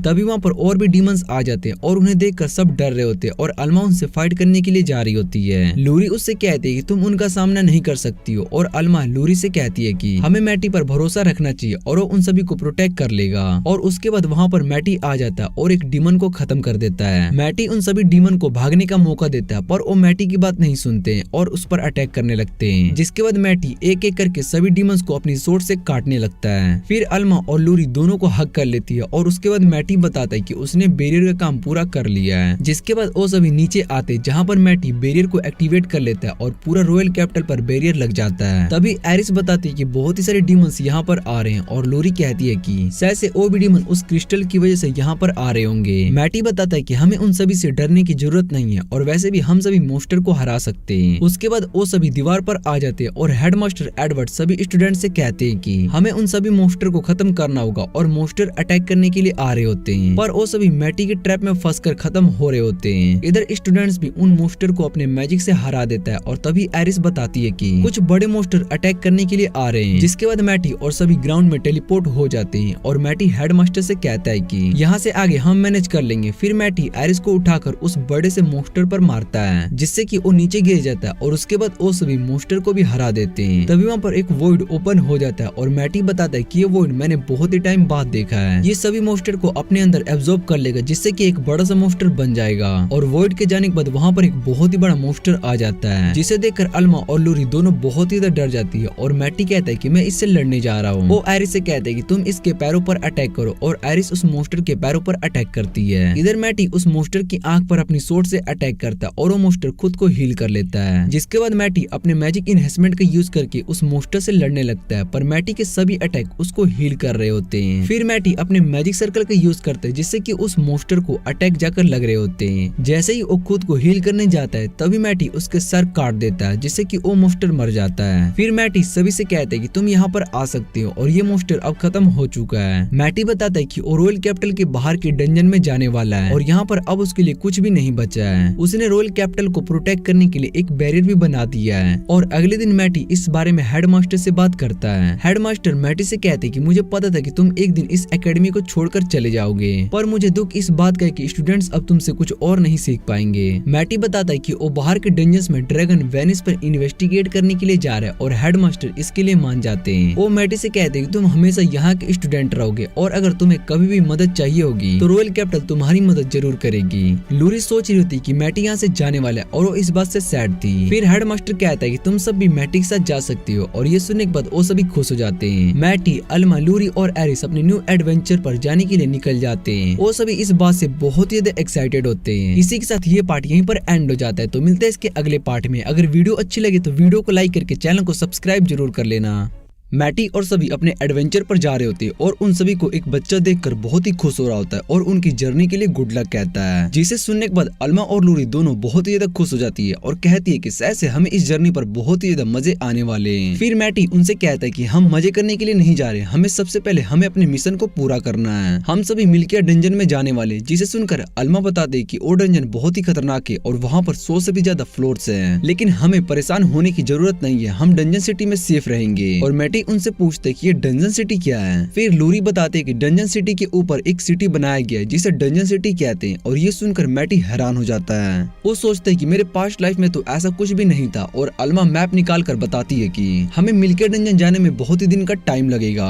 जिस पर मैटी उनसे कहते हैं कि हम वहाँ पर एक दिन में पहुँच सकते हैं। और अल्मा कहते हैं कि तुम इस जंगल से जाने की बात कर रहे हो। फिर अल्मा उन्हें बताती है कि मैं भी उन स्मार्ट मॉन्स्टर को देखना चाहता हूँ। उसके बाद वो सभी उस जंगल में आ जाते हैं और अल्मा कहते हैं कि हमारे पास अभी भी टाइम है कि हमें यहाँ से चले जाना चाहिए। मैटी कहता है कि इसकी कोई भी जरूरत नहीं है। और आयरिस बता दे कि अगर कोई मॉन्स्टर हम पर अटैक करेगा तो मैं अपने ड्रैगन फॉर्म में आकर तुम सभी को बचाकर ले जाऊंगी। फिर मैटी उससे कहते है कि तुम्हारे विक्स अभी पूरी तरीके से हील नहीं हुए। और आयरिस कहती है कि इस बारे में मैं तो भूल ही चुकी थी। उसके बाद अल्मा रेस्ट करने के लिए कहती है और मैटी इसके लिए मान जाता है और सभी को भूख लग रही होती है। क्या वो अपने मैजिक से यहाँ पर खाना लेकर आ सकता है? जिस पर मैटी मना कर देता है और बताता है कि मैं यहाँ पर हंटिंग करने के लिए जा रहा हूँ। और इतना कहने के बाद मैटी वहाँ से चला जाता है। मैटी को जंगल में एक भी मॉन्स्टर दिखाई नहीं दे रहा होता है और वो सोचने लगते हैं कि क्या यहाँ सच में मॉन्स्टर स्मार्ट हैं, वो अपने मॉन्स्टर को खा सकते हैं। फिर वो सभी अपने मैजिक से उस बोर मॉन्स्टर को बनाने लगते हैं और अल्मा और लूरी दोनों उस मीट को देखे जा रही होती है। जिसके बाद वो दोनों भी उस मीट को खाते हैं और उन्हें ये बहुत ही ज्यादा अच्छा लगता है। फिर अल्मा उन्हें अपना बनाया हुआ सूप ऑफर करती है जिस पर मैटी और लूरी दोनों मना कर देते हैं। पर आयरिस उसको पीने के लिए मान जाती है। जैसे ही आयरिस सूप को पीती है तो उसको वो सूप बहुत ही बेकार लगता है और मैटी कहता है कि ये ड्रैगन को भी सूप अच्छा नहीं लगा, इसका मतलब ये बहुत ही ज्यादा खराब बना है। उसके बाद मैटी उन्हें बताता है कि सभी मॉन्स्टर्स आयरिस की पावर को देखकर डर रहे, इसलिए हमें इस जंगल से कोई भी प्रॉब्लम नहीं होगी और हमें शाम होने से पहले डंजन सिटी में पहुंचना है। फिर वो सभी आगे जाने लगते हैं और शाम को डंजन सिटी में पहुंचते हैं। पर मैटी को वो डंजन सिटी रॉयल कैपिटल से बहुत ही ज्यादा अलग लग रही होती है। वहाँ के हालात बहुत ही ज्यादा खराब लग रहे होते हैं। फिर वो एक लाइट टावर के पास आ जाते हैं और मैटी कहता है कि लाइट को जलाने के लिए मैजिक स्टोन का यूज किया जाता है, पर यहाँ इस लाइट को डंजन की पावर से जलाया गया। तभी एक शॉपकीपर उन सभी से वहाँ हटने के लिए कहता है और बताता है कि उस लाइट के ज्यादा पास मत जाओ, वहाँ पर 10 लोगों की मौत हो चुकी है। तभी वो लाइट ब्लास्ट हो जाता है और लूरी गुस्से में उस शॉपकीपर से पूछती है कि तुम टावर में मैजिक स्टोन का यूज क्यों नहीं करते हो। फिर वो शॉप ओनर बताता है कि पहले हम भी मैजिक स्टोन का यूज करते थे पर वो बहुत ही ज्यादा रेयर होते हैं, जिस वजह से यहाँ के किंग ने ऑर्डर दिया है कि हम मैजिक स्टोन का यूज नहीं करेंगे। और मैटी सोचने लगता है कि यहाँ का किंग बहुत ही बेकार पर्सन है। फिर मैटी कहता है कि यहाँ पर कोई भी एडवेंचरर दिखाई नहीं दे रहा है, जिस पर वो शॉप ओनर बताता है कि यहाँ डंजन तो बस इस डंजन को क्लियर करने के लिए आया होता है। वहाँ गिल्ड में बैठे दो एडवेंचरर वो पूछते कि यहाँ पर कोई हीलिंग मैजिक जानता है। बहुत ही सारे लोग इंजर्ड हो चुके हैं और उन्हें जल्दी से हीलिंग मैजिक की जरूरत है। मैटी ये देखकर बहुत ही हैरान हो चुका होता है कि वहाँ पर बहुत ही सारे लोग इंजर्ड हैं और फिर वो अपने मैजिक से सभी लोगों को चेक करने लगता है और उनको एक रैनो दे देता है, जिससे कि वो ज्यादा इंजर्ड वाले लोगों को जल्दी ठीक कर पाए। और उसके बाद मैटी इंसान को हील करने के लिए जा ही रहा होता है कि तभी वहाँ पर हीलर्स का हेड आ जाते हैं। वो मैटी से कहते हैं कि हमें उन लोगों को पहले हील करना चाहिए जो कि कम इंजर्ड है और इससे हम सभी को बचा सकते हैं। फिर मैटी उनसे पूछते हैं कि क्या आप इन लोगों को हील कर सकते हैं, जिस पर हेड मना कर देता है और मैटी अपने मैजिक से उस इंसान को हील कर देता है। सभी ये देखकर हैरान हो जाते हैं कि मैटी ने उसकी चोट को पूरी तरीके से हील कर दिया है और उसके बाद वो सभी लोगों को मिलकर हील करने लगते हैं। वो दो एडवेंचरर भी मैटी और सभी की मदद करने लगते हैं और कुछ देर के बाद मैटी और बाकी सभी ने मिलकर सभी लोगों की जान बचा ली होती है।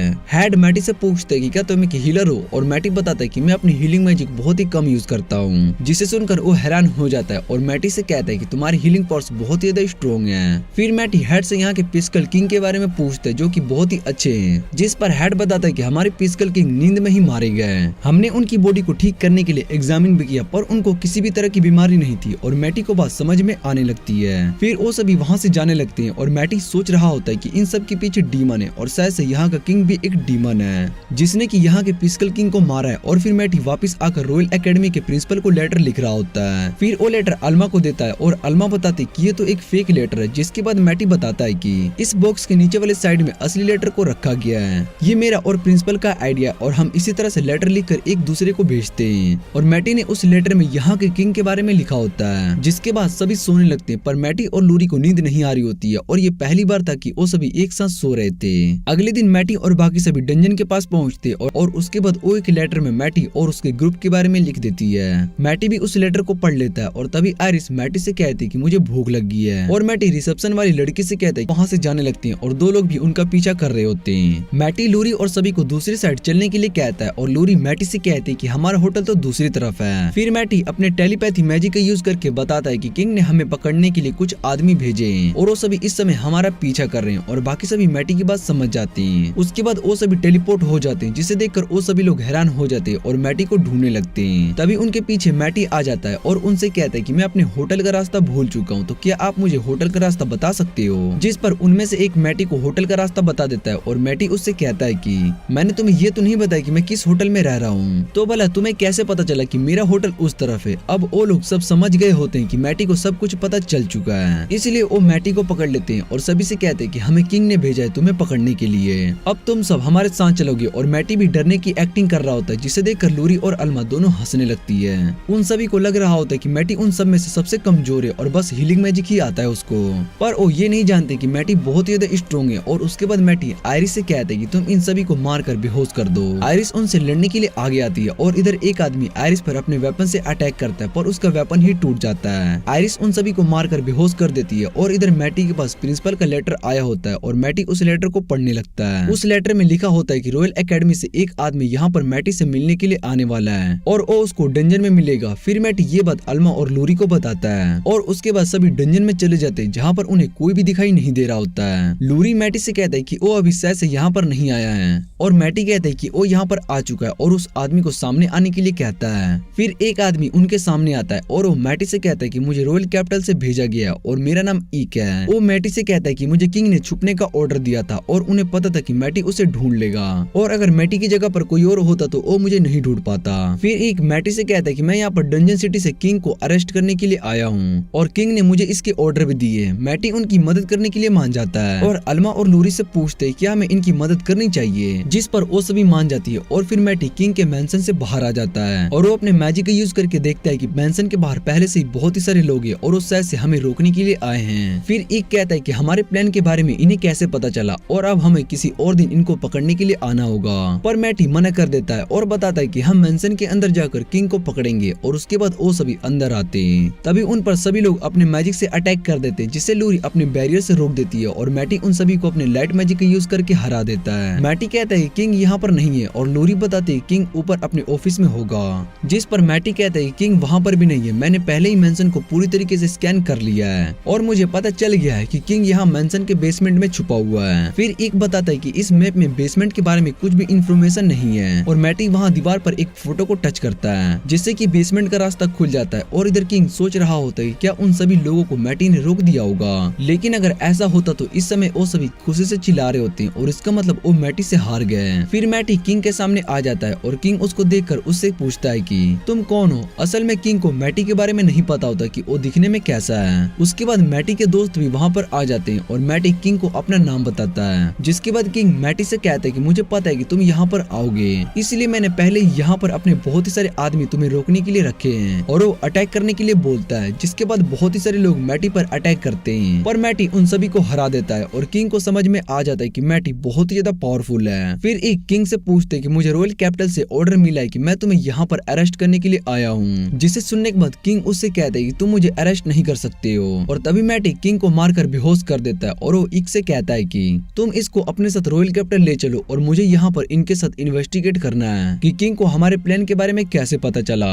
तभी वहाँ पर मैटी को एक लेटर मिलता है जिस पर लिखा होता है कि तुम्हें पकड़ने के लिए कोई आने वाला है। फिर मैटी अपने मैजिक का यूज करके लेटर को स्कैन करता है और उसको पता चलता है कि ये लेटर एक डीमन ने भेजा है। मैटी कहता है कि मैं उस डीमन का पता करने के लिए जा रहा हूँ और शायद से वो डीमन यहाँ डंजन के अंदर होगा। लूरी मैटी से कहती है क्या डीमंस मैजिक स्टोन के लिए ये सब कर रहे हैं, और मैटी बताता है कि ऐसा नहीं है, वो असल में डंजन वाइन्स के पीछे हैं और यहाँ मिल्किन डंजन के वाइन्स बहुत ही रेयर है और अगर वो डीमंस के हाथ लग गए तो डीमंस उसका यूज करके किंगडम को भी तबाह कर सकते हैं, इसलिए हमें उन्हें रोकना होगा। और फिर मैटी अपने मैजिक से देखता है और उसको पता चलता है कि डंजन सिटी की और कुछ डीमंस आ रहे हैं, जिसके बाद मैटी अपने दोस्तों के साथ डंजन में आ जाता है और डंजन को स्कैन करने के बाद आयरिस से कहता है कि वो यहाँ की दीवार को तोड़ दे। आयरिस उस दीवार को तोड़ देती है और उसके पीछे डंजन वाइनिस भी होती है, जिसे देखकर मैटी बताता है कि कोई डीमन इसकी पावर का यूज कर रहा है और यहाँ पर बहुत ही सारे ट्रैप्स को क्रिएट कर रहा है। मैं उस डीमन को रोकने के लिए जा रहा हूँ और लूरी विंस को अपनी पावर से रिस्टोर करेगी। और लूरी पूछती क्या वो ऐसा कर सकती है, जिस पर मैटी हाँ कहता है और आयरिस और अल्मा से कहता है कि तुम यहाँ पर आने वाले मोस्टर्स को रोकोगी जो कि लूरी पर अटैक करेगा। वो दोनों भी मैटी की बात समझ जाते हैं और मैटी बताता है कि वो डंजन के डीमंस को खत्म करने के लिए जा रहा है। मेरे टेलीपैथी मैजिक की वजह से तुम सभी मुझसे बात कर सकते हो। और इधर लूरी अपने मैजिक से वेनिस को रिस्टोर करना शुरू कर देती है। दूसरी तरफ मैटी भी डीमंस को खत्म करते हुए नीचे वाले फ्लोर पर आ जाता है, जहाँ पर एक डीमन ट्रैप क्रिएट कर रहा होता है। फिर मैटी को समझ में आ जाता है कि वो डीमन भी मेरी तरह टेलीपैथी मैजिक का यूज कर रहा है और उसको कोई और डीमन इंस्ट्रक्शन दे रहा है। और उस डीमन का बॉस उससे कहता है कि तुम्हें मैटी को जल्दी से मारकर लूरी को रोकना होगा जो कि डंजन में वेनिस को रिस्टोर कर रही है। फिर मैटी उस डीमन पर अटैक करता है, लेकिन वो मैटी के अटैक को अपने बैरियर से रोक लेता है और मैटी से कहता है कि तुम मेरे बैरियर को नहीं तोड़ सकते हो। फिर उस डीमन का बॉस उससे कहता है कि तुम्हें जल्दी से मैटी को हराना होगा क्योंकि ये बहुत ही स्ट्रॉन्ग है। और वो डीमन मैटी पर लगातार अटैक किए जा रहा होता है, पर मैटी उसके सभी अटैक से बच जाता है। और डीमन अपने बॉस से पूछता है कि मुझे इसकी पावर खत्म होने तक का वेट करना होगा। उसका बॉस बताता है कि तुम्हें जल्दी से लूरी को रोकना होगा क्योंकि अगर उसने वेनिस को रिस्टोर कर दिया तो तुम्हारे ट्रैप्स खत्म हो जाएंगे। और इधर लूरी ट्रैप्स को खत्म कर देती है और मैटी सीधा आकर उस डीमन पर अटैक करता है, लेकिन डीमन अपने बैरियर से मैटी के अटैक को फिर से रोक देता है। फिर मैटी लगातार अटैक करता है और अपनी सोर्ड से उसके बैरियर को तोड़ देता है। डीमन को समझ में नहीं आ रहा होता कि मैटी ने ऐसा कैसे किया, जिस पर मैटी बताता है कि तुम जब भी अपने बैरियर का यूज करते हो तो उसमें कुछ सेकंड्स का गैप होता है और मैंने उतने टाइम के अंदर ही तुम पर अटैक कर दिया। जिसके बाद वो डीमन अपने बॉस से बात करने लगता है और कहता है कि कहीं ये लड़का जीनियस तो नहीं है। फिर उसका बॉस बताता है कि अगर वो जीनियस होता तो तुम अभी तक जिंदा नहीं होते। इधर मैटी भी उस डीमन की बात सुन लेता है और सोचने लगता है कि इसके बॉस को मेरे पास्ट लाइफ के बारे में कैसे पता, इसका मतलब वो उस टाइम का डीमन होगा और मुझे जल्दी से उसका पता लगाना पड़ेगा। और फिर वो डीमन अपने बर्सक पावर का यूज करके मैटी पर अटैक करने लगता है, लेकिन मैटी उसके सभी अटैक से बच जाता है और उस डीमन को मार देता है। और दूसरी तरफ लूरी वेनिस को पूरी तरीके से रिस्टोर कर देती है, जिससे कि डंजन सिटी पर जो डीमंस अटैक कर रहे होते हैं वो सभी गायब हो जाएं। और अल्मा और आयरिस ने भी यहाँ के सभी मोस्टर्स को मार दिया होता है। फिर मैटी उस डीमन के मैजिक को ट्रैक करने की कोशिश करता है जो कि इस डीमन को ऑर्डर दे रहा था, और वो एक टाउन को देखता है। जिसके बाद मैटी उस डीमन से कहता है कि तुम इस जगह पर नहीं हो, और वो डीमन मैटी से कहता है कि तुम मुझे नहीं ढूंढ सकते हो। जिस पर मैटी कहता है कि मैं तुम्हें ढूंढ कर खत्म कर दूंगा, और वो डीमन मैटी से कहता है कि मुझे तुमसे फाइट करने में कोई भी इंटरेस्ट नहीं है। फिर मैटी लूरी और अल्मा को भी उस डीमन के बारे में बताता है और कहता है कि मैंने उस डीमन के मैजिक को ट्रेस कर लिया और उसको एक मैजिक स्टोन में स्टोर कर दिया, और फिर हम उसके मैजिक का यूज करके एक डिवाइस की मदद से उसकी लोकेशन का पता लगाएंगे। ये सुनने के बाद लूरी और अल्मा दोनों हैरान हो जाती हैं। अल्मा पूछती है क्या इस तरह का कोई डिवाइस होता है, और मैटी बताता है कि ये 1000 साल पहले का डिवाइस है। और लूरी पूछती है कि तुम्हें इस डिवाइस के बारे में कैसे पता चला, क्या तुम इसका यूज कर सकते हो। और मैटी मैटी बताने वाला होता है कि वो डिवाइस उसने ही बनाया था और तभी आयरिस उसको रोक देती है। फिर मैटी सोचता है कि अभी मैंने इन दोनों को अपनी सच्चाई के बारे में बता दिया और मैटी बताता है कि हमें उस डिवाइस को ढूंढने के लिए रेडिना किंगडम में जाना होगा। वहां जाके हमें किंग और प्रिंसिपल की मदद लेनी होगी और उसके बाद वो सभी वापस से एग किंगडम आ जाते हैं। फिर वो सेकंड रॉयल एकेडमी में आते हैं और वो देखते हैं कि एकेडमी में कंस्ट्रक्शन का काम चल रहा है। जिसके बाद प्रिंसिपल वहां पर आते हैं और मैटी उन्हें बताता है कि डंजन सिटी को क्लियर करके आ चुका है। मैटी हेडमास्टर से पूछते हैं कि एकेडमी में ये क्या हो रहा है और जिस पर हेडमास्टर बताते हैं कि हम एकेडमी को रीबिल्ड कर रहे हैं जिससे कि हम इसके ऊपर एक स्ट्रॉन्ग बैरियर लगा सके और डीमन के अटैक से बच सके। फिर लूरी प्रिंसिपल से पूछती है कि बाकी के स्टूडेंट्स कहाँ पर हैं। प्रिंसिपल बताते हैं कि वो सभी स्टूडेंट्स फर्स्ट एकेडमी में पढ़ रहे हैं और उनमें से कुछ स्टूडेंट्स यहाँ पर कंस्ट्रक्शन के काम में मदद कर रहे हैं जिससे कि उनकी स्किल इंप्रूव हो सके। और फिर मैटी प्रिंसिपल से पूछता है कि हम एक मैजिक डिवाइस को ढूंढने के लिए जा रहे हैं, उसके लिए हमें एक रिस्ट्रिक्टेड एरिया में जाना होगा जो कि रेंडीना किंगडम के पास में है। और प्रिंसिपल बताते हैं कि रेंडीना किंगडम एक अनटिल्ड नेशन है, उसके साथ बहुत ही कम नेशन के रिलेशन है। और मैटी कहता है कि हम किंग की मदद ले सकते हैं और प्रिंसिपल कहते हैं कि मैं इस बारे में किंग से बात करूंगा। फिर मैटी कहता है कि मैं यहाँ पर एकेडमी को रीबिल्ड करने में मदद कर सकता हूँ। और उसके बाद लूरी और अल्मा भी सभी स्टूडेंट्स के साथ एकेडमी के कंस्ट्रक्शन में मदद करना शुरू कर देती है। पर एरिस वहाँ के काम को थोड़ा खराब कर देती है और अगले दिन प्रिंसिपल मैटी को रेडिना किंगडम के परमिट दे देते हैं और कहते हैं कि तुम्हें उन डीमंस को रोकना होगा। उसके बाद मैटी और बाकी सभी इस किंगडम को क्रॉस करके रेडिना पहुंच जाते हैं और मैटी मैप में देखकर बताता है कि डिवाइस रिस्ट्रिक्टेड एरिया में है, वहाँ पर सिर्फ हाई रैंक एडवेंचरर ही जा सकते हैं और उसके लिए हमारा रैंक ए होना चाहिए और हमें रेडिना गिल्ड में जाकर अपना रैंक बढ़ाना होगा। जिस पर अल्मा कहती है कि हमारे पास किंग के ऑर्डर्स है तो हम सीधे रिस्ट्रिक्टेड एरिया में जा सकते हैं। पर मैटी मना कर देता है और कहता है कि हमें गिल्ड में जाकर टेस्ट देना होगा जिसके बाद हम रिस्ट्रिक्टेड एरिया में जा सकते हैं। लूरी कहते हैं कि हमें तो बहुत ही टाइम लगेगा और मैटी कहता है कि हम सीधा ए रैंक का टेस्ट देकर उस एरिया में जा सकते हैं। फिर उसके बाद वो सभी रेडिना किंगडम के गिल्ड में आ जाते हैं और गिल्ड ओनर मैटी को देखकर खुश हो जाता है। वो कहता है कि यहाँ टाउन में तुम्हारी ही बात चल रही कि कैसे तुमने डीमंस को इस किंगडम के अंदर हराया। फिर मैटी उनसे कहता है कि मुझे उस रिस्ट्रिक्टेड एरिया में जाना है जिसके लिए मैं यहाँ पर अपने रैंक को इंक्रीज करने के लिए आया हूँ। गिल्ड ओनर मैटी से कहता है कि यहाँ पर जी रैंक से लेकर एस रैंक का टेस्ट है और मैटी कहता है कि मुझे ए रैंक का टेस्ट देना है। जिस पर गिल्ड ओनर कहता है कि उस टेस्ट के लिए तुम्हें यहाँ पर एग्जामिनर से बैटल करके उसको हराना होगा और शायद से वो यहाँ पर पहुँचता होगा। फिर वहाँ पर एक वॉरियर आता है और वो कहता है कि मैं इन सभी का टेस्ट लूंगा और वो अपना नाम जियूस बताता है। गिल्ड ओनर गिलियस को देखकर हैरान हो जाता है और उससे पूछता है कि तुम यहाँ पर क्या कर रहे हो। टेस्ट लेने के लिए तो कोई और आने वाला था। जिस पर गिलियस बताता है कि वो आदमी बीमार है इसलिए उसकी जगह पर मैं यहाँ पर आया हूँ। और गिल्ड ओनर मैटी को बताता है कि यह एस रैंक का वॉरियर है,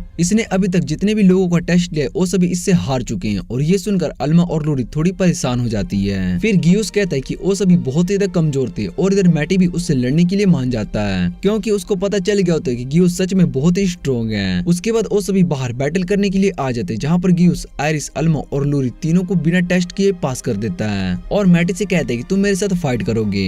गियूस कहता है कि मैंने तुम्हारे बारे में सुना था कि तुमने इस किंगडम में एक डीमन को हराया है इसलिए मैं तुमसे फाइट करना चाहता हूँ। और इधर मैटी भी समझ जाता है कि ये मुझसे फाइट करने के लिए यहाँ पर आया है। वो दोनों फाइट के लिए रेडी हो जाते हैं और गियूस मैटी से कहते हैं कि तुम चाहो तो मैजिक का यूज भी कर सकते हो पर मैं मैजिक का यूज नहीं करूंगा। और मैटी इसका रीजन पूछता है जिस पर वो बताता है कि मुझे मैजिक का यूज करना नहीं आता है। फिर फाइट शुरू हो जाती है और गियूस अपने बॉडी बूस्ट का यूज करके सीधा मैटी पर अटैक करने के लिए आ जाता है। मैटी उसके अटैक को रोक देता है और उसको पता चल गया होता है कि सच में एस रैंक का फाइटर है। और फिर उसके बाद वो दोनों के बीच में बहुत ही ज्यादा फाइट इंटेंस पर हो जाती है जिसे देखकर अल्मा और बाकी सभी हैरान हो जाते हैं। और गिल्ड ओनर कहते हैं कि मैं पहली बार किसी को ऐसे लड़ते हुए देख रहा हूँ जो कि गियूस को अच्छी टक्कर दे रहा है। इधर गियूस मैटी से कहते हैं कि तुम एक अच्छे ओपोनेंट हो और तुमसे फाइट करने में बहुत ही ज्यादा मजा आ रहा है। जिसके बाद वो मैटी के अटैक को कॉपी करके उस पर अटैक करता है और गियूस को लग रहा होता है कि ये बैटल वो जीत चुका है। लेकिन तभी वो मैटी को देखते जिससे कुछ भी नहीं हुआ था और मैटी सीधा आकर गियूस पर अटैक करता है। जिसके बाद गियूस हार जाता है और फिर मैटी से पूछता है कि तुम इतने स्ट्रॉन्ग कैसे हो और तुमने मुझे भला कैसे हराया। जिस पर मैटी कहता है कि मैंने मैजिक का यूज किया था और तुम भी मैजिक का यूज कर रहे थे। फिर गियूस पूछता है कि क्या मैजिक का यूज करके हम फाइट को जीत सकते हैं। और मैटी उससे कहता है कि तुम बहुत ही स्ट्रॉन्ग हो और अगर तुम अपने मैजिक को कंट्रोल करना सीख गए तो तुम और भी ज्यादा पावरफुल हो जाओगे। और उसके बाद गियूस मैटी से कहता है कि वो उसको मैजिक सिखाया है। जिसे सुनने के बाद मैटी उसको एक बुक देता है जिसमें उसने मैजिक के बारे में लिखा होता है। और गियूस उससे कहता है कि अगर तुम इस बुक को अच्छे से पढ़कर ट्रेनिंग करोगे तो तुम स्ट्रॉन्ग बन जाओगे। और गियूस उस बुक को पढ़ने की कोशिश कर रहा होता है पर उसको कुछ भी समझ में नहीं आ रहा होता है। जिसके बाद मैटी उससे कहता है कि तुम्हें बहुत ही ज्यादा मेहनत करनी होगी। फिर सीन चेंज होता है और मैटी रिस्ट्रिक्टेड एरिया की तरफ जा रहा होता है और गियूस उसको बताता है कि वो एरिया बहुत ही खतरनाक है हैं। वहाँ पर बहुत ही सारे स्ट्रॉन्ग मॉन्स्टर है, जिस पर मैटी कहता है कि वो उन सभी को हरा देगा।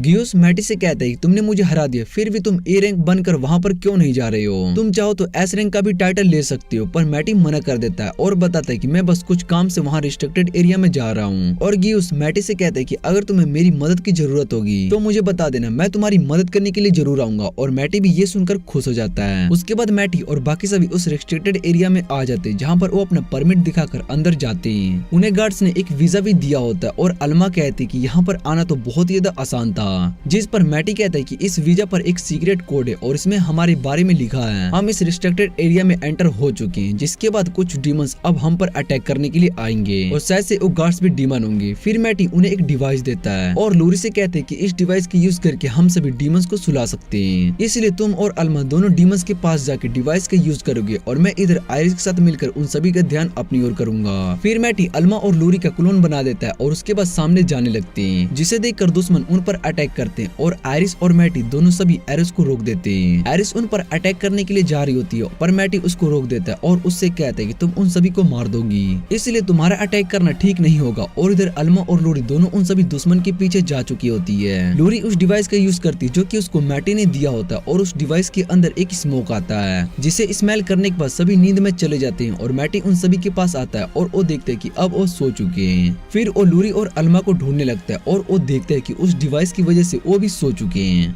फिर मैटी उन दोनों को नींद से उठाता है और लूरी से कहता है कि अगली बार जब तुम इस डिवाइस का यूज करो तो इसकी रेंज से दूर चले जाना। लूरी मैटी की बात समझ जाती है और इधर अल्मा कहते हैं कि उसके फेस पर किसी ने मार्क बना दिया है। फिर वो आयरिस पर गुस्सा करने लगती है और उसके बाद वो सभी फेकिया टाउन के पास आते हैं और उन्हें उस टाउन के अंदर डीमंस की पावर सेंस हो रही होती है। लूरी बताते हैं कि यहाँ पर बहुत ही सारे डीमंस है और मैटी कहते हैं कि वो सभी ग्रुप्स में है, जिसे सुनकर अल्मा और लूरी दोनों मैटी से कहते हैं कि तुमने तो कहा था कि डीमंस ग्रुप में नहीं होते। फिर मैटी उन्हें बताता है कि ये सभी यामा डीमंस जो कि ग्रुप्स में रहते हैं और ये मैजिक स्पेल को कास्ट करके अटैक नहीं कर सकते।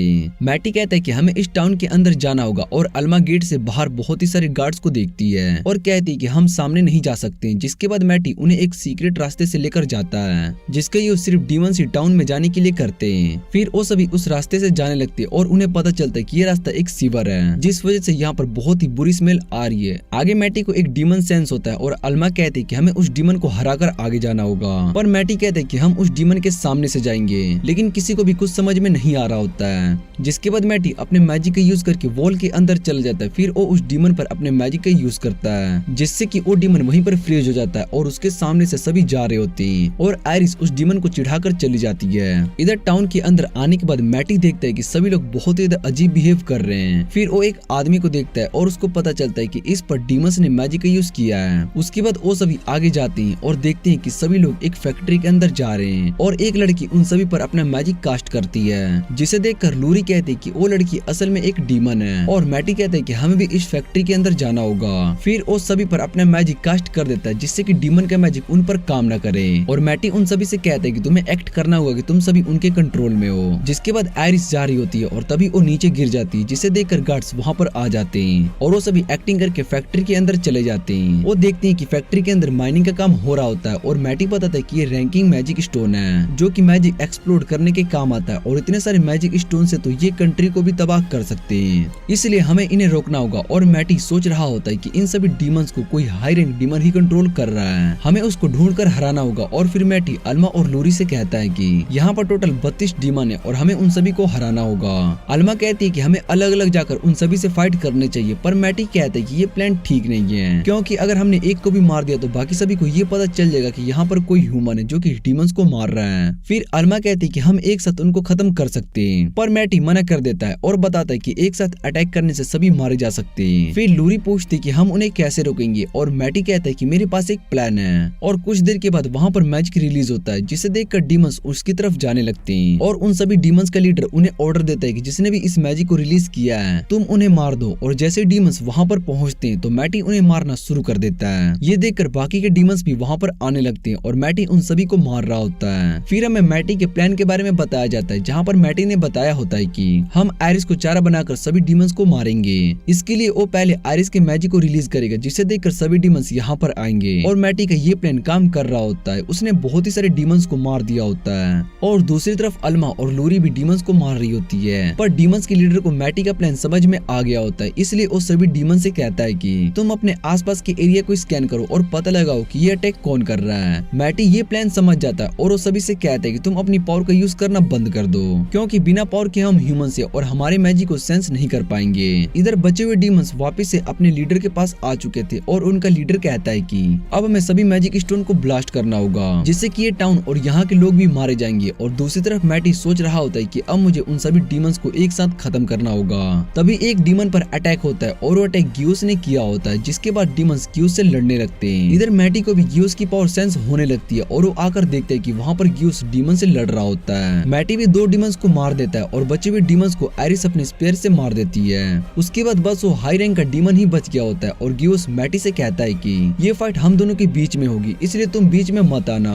और मैटी उसकी बात समझ जाता है और गियोस उस डीमन से लड़ने लगता है, पर उसके अटैक डीमन पर काम नहीं कर रहे होते, जिसे देखकर मैटी कहता है कि डीमंस बहुत ही स्ट्रॉन्ग है। लेकिन गियोस हार नहीं मानता है और वो अपने मैजिक यूज करके उस डीमन पर अटैक करता है, जिससे कि उस डीमन को चोट लगती है। और मैटी सोच रहा होता है कि इसने इतनी जल्दी इस मूव को कैसे सीख लिया, पर इस आयरन कटर मैजिक यूज करने से गियोस को चोट भी लगी होगी। वो डीमन गियोस पर अटैक करके उसको नीचे गिरा देता है और गियोस की हालत अब खराब हो चुकी होती है, जिसे देखकर मैटी उस डीमन से लड़ने के लिए आ रहा होता है, पर गियोस उसे मना कर देता है और वो दोबारा से खड़ा होकर उस डीमन से लड़ने लगता है। गियोस एक बार फिर से अपना मैजिक यूज करके अटैक करता है और उस अटैक से डीमन को चोट लगती है।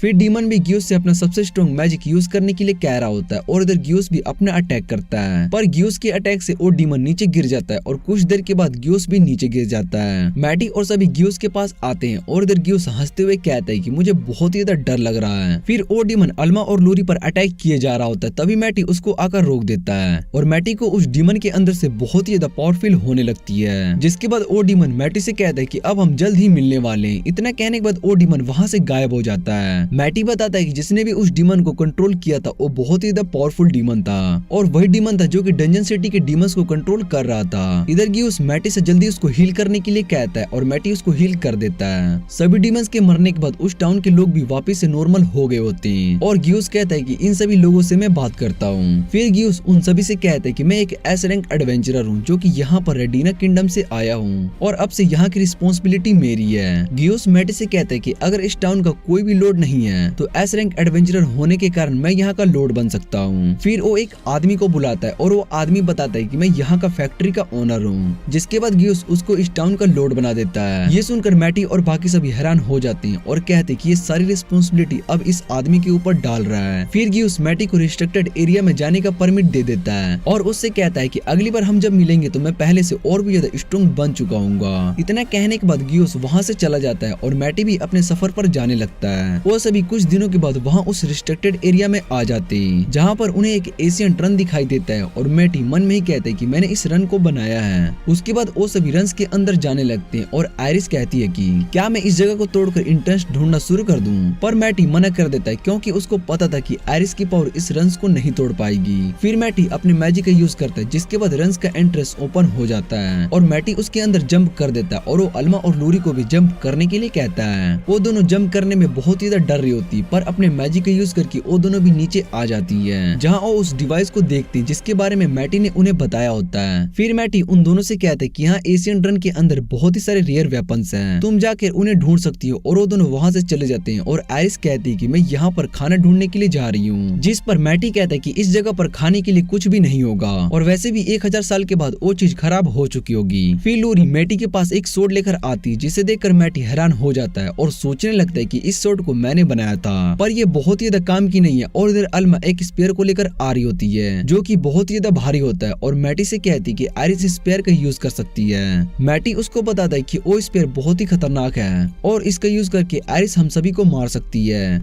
जो सुनकर अल्मा डर जाती है और फिर आयरिस वहाँ पर एक बॉक्स लेकर आती है जिसमें बहुत ही सारे कैंस होते हैं और वो कहती है कि ये कैन फूड है। लेकिन जैसे ही वो उस कैन को ओपन करती है उसको पता चलता है कि कैन फूड खराब हो चुका है। फिर मैटी एक टूल को उस डिवाइस पर रखता है और बताता है कि मुझे ये डिवाइस फैक्ट्री के अंदर मिली थी। जिसके बाद मैटी उस डीमन का पता करने की कोशिश करता है, लेकिन तभी उन्हें बहुत ही ज्यादा पावरफुल मैजिक सेंस होने लगती है। मैटी बताता है कि जाडुइस का सीट टूट चुका है और वो बहुत ही स्ट्रॉन्ग मॉन्स्टर जिसे मैं नहीं हरा सकता हूँ। ये सुनकर अल्मा और लूरी दोनों हैरान हो जाते हैं और अल्मा मैटी से पूछती है कि उसको हराने का कोई तो रास्ता होगा। मैटी बताता है कि अगर हम ह्यूमंस उसे एक साथ मिलकर लड़ेंगे तो 100 साल तक भी उसको नहीं हरा पाएंगे। एक तरह से देखा जाए तो वो डीमन पूरी ह्यूमैनिटी को खत्म कर सकता है और मैटी सोचने लगता है कि हमें उसको किसी भी तरह तो रोकना ही होगा। फिर आयरिस कहती है कि उसको हराने के लिए हम किसी स्ट्रॉन्ग वेपन का यूज कर सकते हैं और मैटी को आयरिस की बात सुनकर याद आता है कि उसने एक लेजेंडरी सोर्ड को भी बनाई थी। जिसके बाद वो लूरी से सोर्ड मांगता है और उसको डिवाइस पर रखकर वो लेजेंडरी सोर्ड को ढूंढने लगता है। फिर उन्हें पता चलता है कि वो लेजेंडरी सोर्ड एस किंगडम के ट्रेजर रूम में है और मैटी कहता है कि हमें जल्दी से एस रूम में वापस जाना होगा। उसके बाद वो सभी आयरिस पर बैठकर किंगडम की तरफ जाने लगते हैं और तभी उन्हें रेडियस की पावर फील होती है। मैटी बताता है कि रेडियस हमारे पास आ रहा है और उसके पहुंचने से पहले हमें उस सोर्ड को ढूंढना होगा। इसलिए मैटी अल्मा और लूरी दोनों को मैजिक स्टोन देता है और उनसे कहता है कि ये मैजिक स्टोन सोर्ड ढूंढने में मदद करेगी। तब तक मैं जाडुस को रोकता हूँ और लूरी मैटी से कहती है कि उसको मैटी पर पूरा यकीन है कि वो उस डीमन को जरूर हरा देगा। इतना कहने के बाद वो दोनों बैरियर को क्रॉस कर लेते हैं और एस किंगडम के अंदर आ जाते हैं। वो दोनों सीधा कास्टल की ओर भागना शुरू कर देते हैं। इधर मैटी आयरिस से कहता है कि अब हमें जाडुस को रोकना होगा और वो बताता है कि मैं जाडुस को रोकने के लिए उसका स्पेस मैजिक सील करने की कोशिश करूंगा जिससे कि वो यहाँ पर आ न सके। और इधर लूरी और अल्मा दोनों कास्टल की ओर जा रही होती है और लूरी अल्मा से कहती है कि मैटी उस डीमन को हरा देगा, इसलिए हमें जल्दी से उस सोर्ड को ढूंढकर मैटी को देना होगा। और उसके बाद वो दोनों घर की छत पर चले जाते हैं। तभी उन्हें मैजिक फील होता है और इधर मैटी जाडुस को रोकने के लिए उसका स्पेस मैजिक को सील करने की कोशिश कर रहा होता है, पर जाडुस बहुत ही स्ट्रॉन्ग होता है जिस वजह से वो उसको नहीं रोक पाता है और सभी आसमान में ऊपर ड्रैगन की ओर देख रहे होते हैं। मैटी सोच रहा होता है कि डीमंस उस बैरियर के अंदर नहीं जा सकते, लेकिन जाडुस उस बैरियर को तोड़ सकता है, इसलिए मुझे उसको रोकना होगा जब तक लूरी और अल्मा दोनों सोर्ड लेकर नहीं आ जाती हैं। फिर वो आयरिस को अटैक करने के लिए कहता है और आयरिस अपने ड्रैगन ब्रीथ का यूज करके उस जाडुस पर अटैक करती है, लेकिन जाडुस को उस अटैक से कुछ भी नहीं होता है और जाडुस मैटी को देखकर कहता है कि तुम ज्यादा स्ट्रॉन्ग नहीं हो, इसलिए मैं तुम सभी ह्यूमंस के साथ मार दूंगा। वो मैटी पर अटैक करता है, लेकिन मैटी उसके अटैक से बच जाता है, पर तभी उसको पता चलता है कि वो अटैक आयरिस के लिए था और मैटी अपने बैरियर मैजिक का यूज करके अटैक को रोक देता है। तभी जाडुस मैटी पर अटैक करता है और उससे कहता है कि तुम मेरे सामने ज्यादा देर तक नहीं टिक सकते हो। इधर लूरी और अल्मा दोनों ट्रेजर रूम के पास होती है और वो गार्ड से कहती है कि हमें अंदर जाना है, पर गार्ड्स मना कर देता है और कहता है कि बिना किंग के परमिशन के तुम ट्रेजर रूम के अंदर नहीं जा सकते हो। ये सुनने के बाद लूरी कहते हैं कि हमें इनसे फाइट करके अंदर जाना होगा और तभी वहाँ पर कुछ और गार्ड्स किंग के साथ आ जाते हैं। लूरी किंग को बताते हैं कि हमें ट्रेजर रूम के अंदर एक वेपन चाहिए जिससे कि मैटी उस डीमन को हरा सके और किंग जल्दी से ट्रेजर रूम को खोलने का ऑर्डर्स देता है और लूरी और अल्मा को जल्दी से वेपन ढूंढने के लिए कहता है और लूरी और अल्मा दोनों ट्रेजर रूम के अंदर चले जाते हैं। इधर मैटी और आयरिस दोनों जाडुस के अटैक को नहीं रोक पा रहे होते और जाडुस मैटी से कहता है कि तुम बहुत ही कमजोर हो, इसलिए मुझे तुम्हें जल्दी से मारना होगा। और इधर मैटी भी बहुत ही इंजर्ड हो चुका होता है और वो कहता है कि मुझे लूरी और अल्मा का वेट करना होगा, शायद से अब मुझे अपनी लाइफ को खतरे में डालकर इस फाइट को करनी होगी। इधर लूरी और अल्मा दोनों ट्रेजर रूम में सोर्ड को ढूंढ रहे होते हैं और लूरी का मैजिक स्टोन ग्लो करने लगता है, जिसके बाद उसको वहाँ पर लेजेंडरी सोर्ड मिल जाती है और उसको लेकर बाहर आ रही होती है। इधर जाडुस को भी पता चल गया होता है कि मैटी उसका टाइम वेस्ट कर रहा है और वो किसी चीज का वेट किए जा रहा है। फिर जाडुस अपने मैजिक से बैरियर पर अटैक करता है, लेकिन मैटी उसके अटैक को रोक देता है और तभी जाडुस उसके पीछे आ जाता है। वो मैटी से कहता है कि मैंने पहले ही किंगडम के अंदर कुछ डीमंस को भेज दिया है और मैटी को याद आता है कि जाडुस मरे हुए डीमंस को भी रिसीव कर सकता है। इधर लूरी के सामने एक डीमन आ जाता है और लूरी और अल्मा दोनों मिलकर उस डीमन को हरा देते हैं और उन्हें समझ में नहीं आ रहा होता कि ये डीमन बैरियर के अंदर कैसे आ गया। तभी वहाँ पर एक और डीमन आ जाता है और उन सभी से सोर्ड मांगने लगता है, पर लूरी वो सोर्ड देने से मना कर देती है। फिर वो डीमन दो स्टूडेंट्स को देखता है जिसे उसने पकड़ कर रखा था और वो उन दोनों से कहता है कि अगर तुमने मुझे वो सोर्ड नहीं दी तो मैं इन दोनों को मार दूंगा। और इधर मैटी को भी किंगडम के अंदर डीमंस की पावर सेंस हो रही होती है। जाडुस दोबारा से अटैक करता है, पर इस बार वो आयरिस पर अटैक करने की कोशिश कर रहा होता है, जिसे मैटी रोक लेता है। जाडुस मैटी से कहता है कि तुम इन कमजोर लोगों को प्रोटेक्ट करके बहुत ही बड़ी गलती कर रहे हो। और दूसरी तरफ वो दोनों स्टूडेंट्स अपनी लाइफ को सेक्रीफाइस करने के लिए रेडी हो गए होते हैं, पर लूरी उन्हें मरने नहीं दे सकती थी, इसलिए वो उस सोर्ड को नीचे रख देती है। और इधर मैटी मैटी सोच रहा होता है कि मैं इसको अभी नहीं हरा सकता हूँ, इसलिए मुझे अपनी लाइफ को सेक्रीफाइस करना होगा और मैं रीकार्नेशन होकर इस डीमन को जरूर हराऊंगा। पर तभी मैटी को अपने दोस्तों की याद आने लगती है और वो सोचता है कि मैं ऐसे हार नहीं मान सकता हूँ। वो दोबारा से जाडुई से लड़ने लगता है और इधर प्रिंसिपल एडवर्ड और बाकी सभी स्टूडेंट्स भी वहाँ पर आकर उस डीमन पर अटैक करते हैं, जिसके बाद अल्मा और लोरी दोनों उस डीमन को खत्म कर देते हैं। दूसरी तरफ मैटी अपनी लाइफ फोर्स का यूज करके जाडुई से लड़ रहा होता है और मैटी और आरिस दोनों जाडुइस पर अटैक करते हैं, जिसे जाडुइस रोक लेता है और आरिस वापस से लड़की के फॉर्म में आ जाती है और वो नीचे गिरने लगती है और लोरी उससे कहती है कि तुम्हें जल्दी से मैटी को वो लेजेंडरी सोर्ड देनी होगी। जिसके बाद अल्मा उस सोर्ड को मैटी की तरफ फेंकती है और जैसे ही मैटी उस सोर्ड को पकड़ने के लिए आता है, इतने में जाडुइस मैटी पर अटैक करके उसको मार देता है। मैटी को ऐसे देखकर सभी हैरान हो गए होते हैं और लोरी रोने लगती है और वो जोर से मैटी का नाम चिल्लाती है, जिसके बाद मैटी की चोट हील हो जाती है और जाडुइस से और लड़ने लगता है। मैटी जाडुइस को थैंक्स कहता है और वो बताता है कि इस लेजेंडरी सोर्ड की पूरी पावर का यूज करने के लिए मुझे मरना पड़ेगा।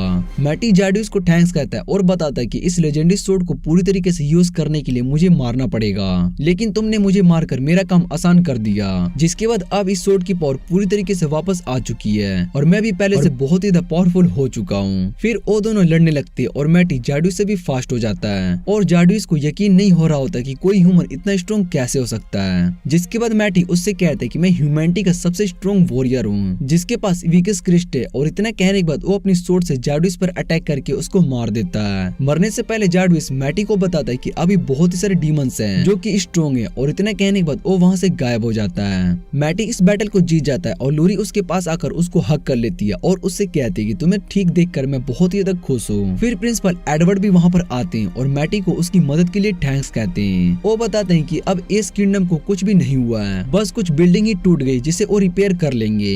इधर मैटी बताता है कि इस सोर्ड में अभी थोड़ी पावर बची हुई है जिसे मुझे रिलीज करना होगा, और जैसे ही मैटी उस सोर्ड की पावर को रिलीज करता है तो उस पावर की वजह से वहाँ पर बहुत ही बड़ी तबाही आ जाती है और सभी ये देखकर बहुत ही हैरान हो जाते हैं। फिर अगले दिन मैटी और सभी किंग के पास आते हैं, जहाँ पर किंग मैटी और सभी को रिवॉर्ड देते हैं। मैटी कहता है कि मुझे अपनी एडवेंचर लाइफ को आगे एंजॉय करना है और आइरिस रिवॉर्ड में बहुत ही सारा खाना मांगती है। फिर उसके बाद वो सभी ट्रेजर रूम में आ जाते हैं और मैटी कहता है कि यहाँ पर कुछ भी रेयर नहीं है। उसके बाद वो आइरिस के सर पर एक एरो देखता है और उसको याद आता है कि मैंने अपने पास्ट लाइफ में एक बो को बनाया था और वो सेम बो अल्मा को भी देना चाहता है। फिर वो सभी एक शॉप पर मटेरियल के लिए आ जाते हैं, जहाँ पर शॉप ओनर उन्हें बहुत ही सारे मटेरियल्स दिखाता है और मैटी उन्हें खरीदने के लिए मान जाता है। इधर आइरिस को भी एक क्रिस्टल अच्छा लग रहा होता है और वो मैटी से कहती है कि मुझे ये क्रिस्टल चाहिए, जिस पर मैटी कहता है कि मैं तुम्हारे लिए इससे भी बड़ा क्रिस्टल बना दूंगा। दूसरी तरफ लोरी एक पेंडेंट को देख रही होती है और अल्मा मैटी से कहती है कि तुम्हें लोरी को एक ज्वेलरी गिफ्ट करनी चाहिए। इसी के साथ इस एनिमे का सीजन 1 यहीं पर एंड हो जाता है। अगर वीडियो अच्छी लगे तो वीडियो को लाइक करके चैनल को सब्सक्राइब जरूर कर लेना। तो मिलते हैं अगले वीडियो में।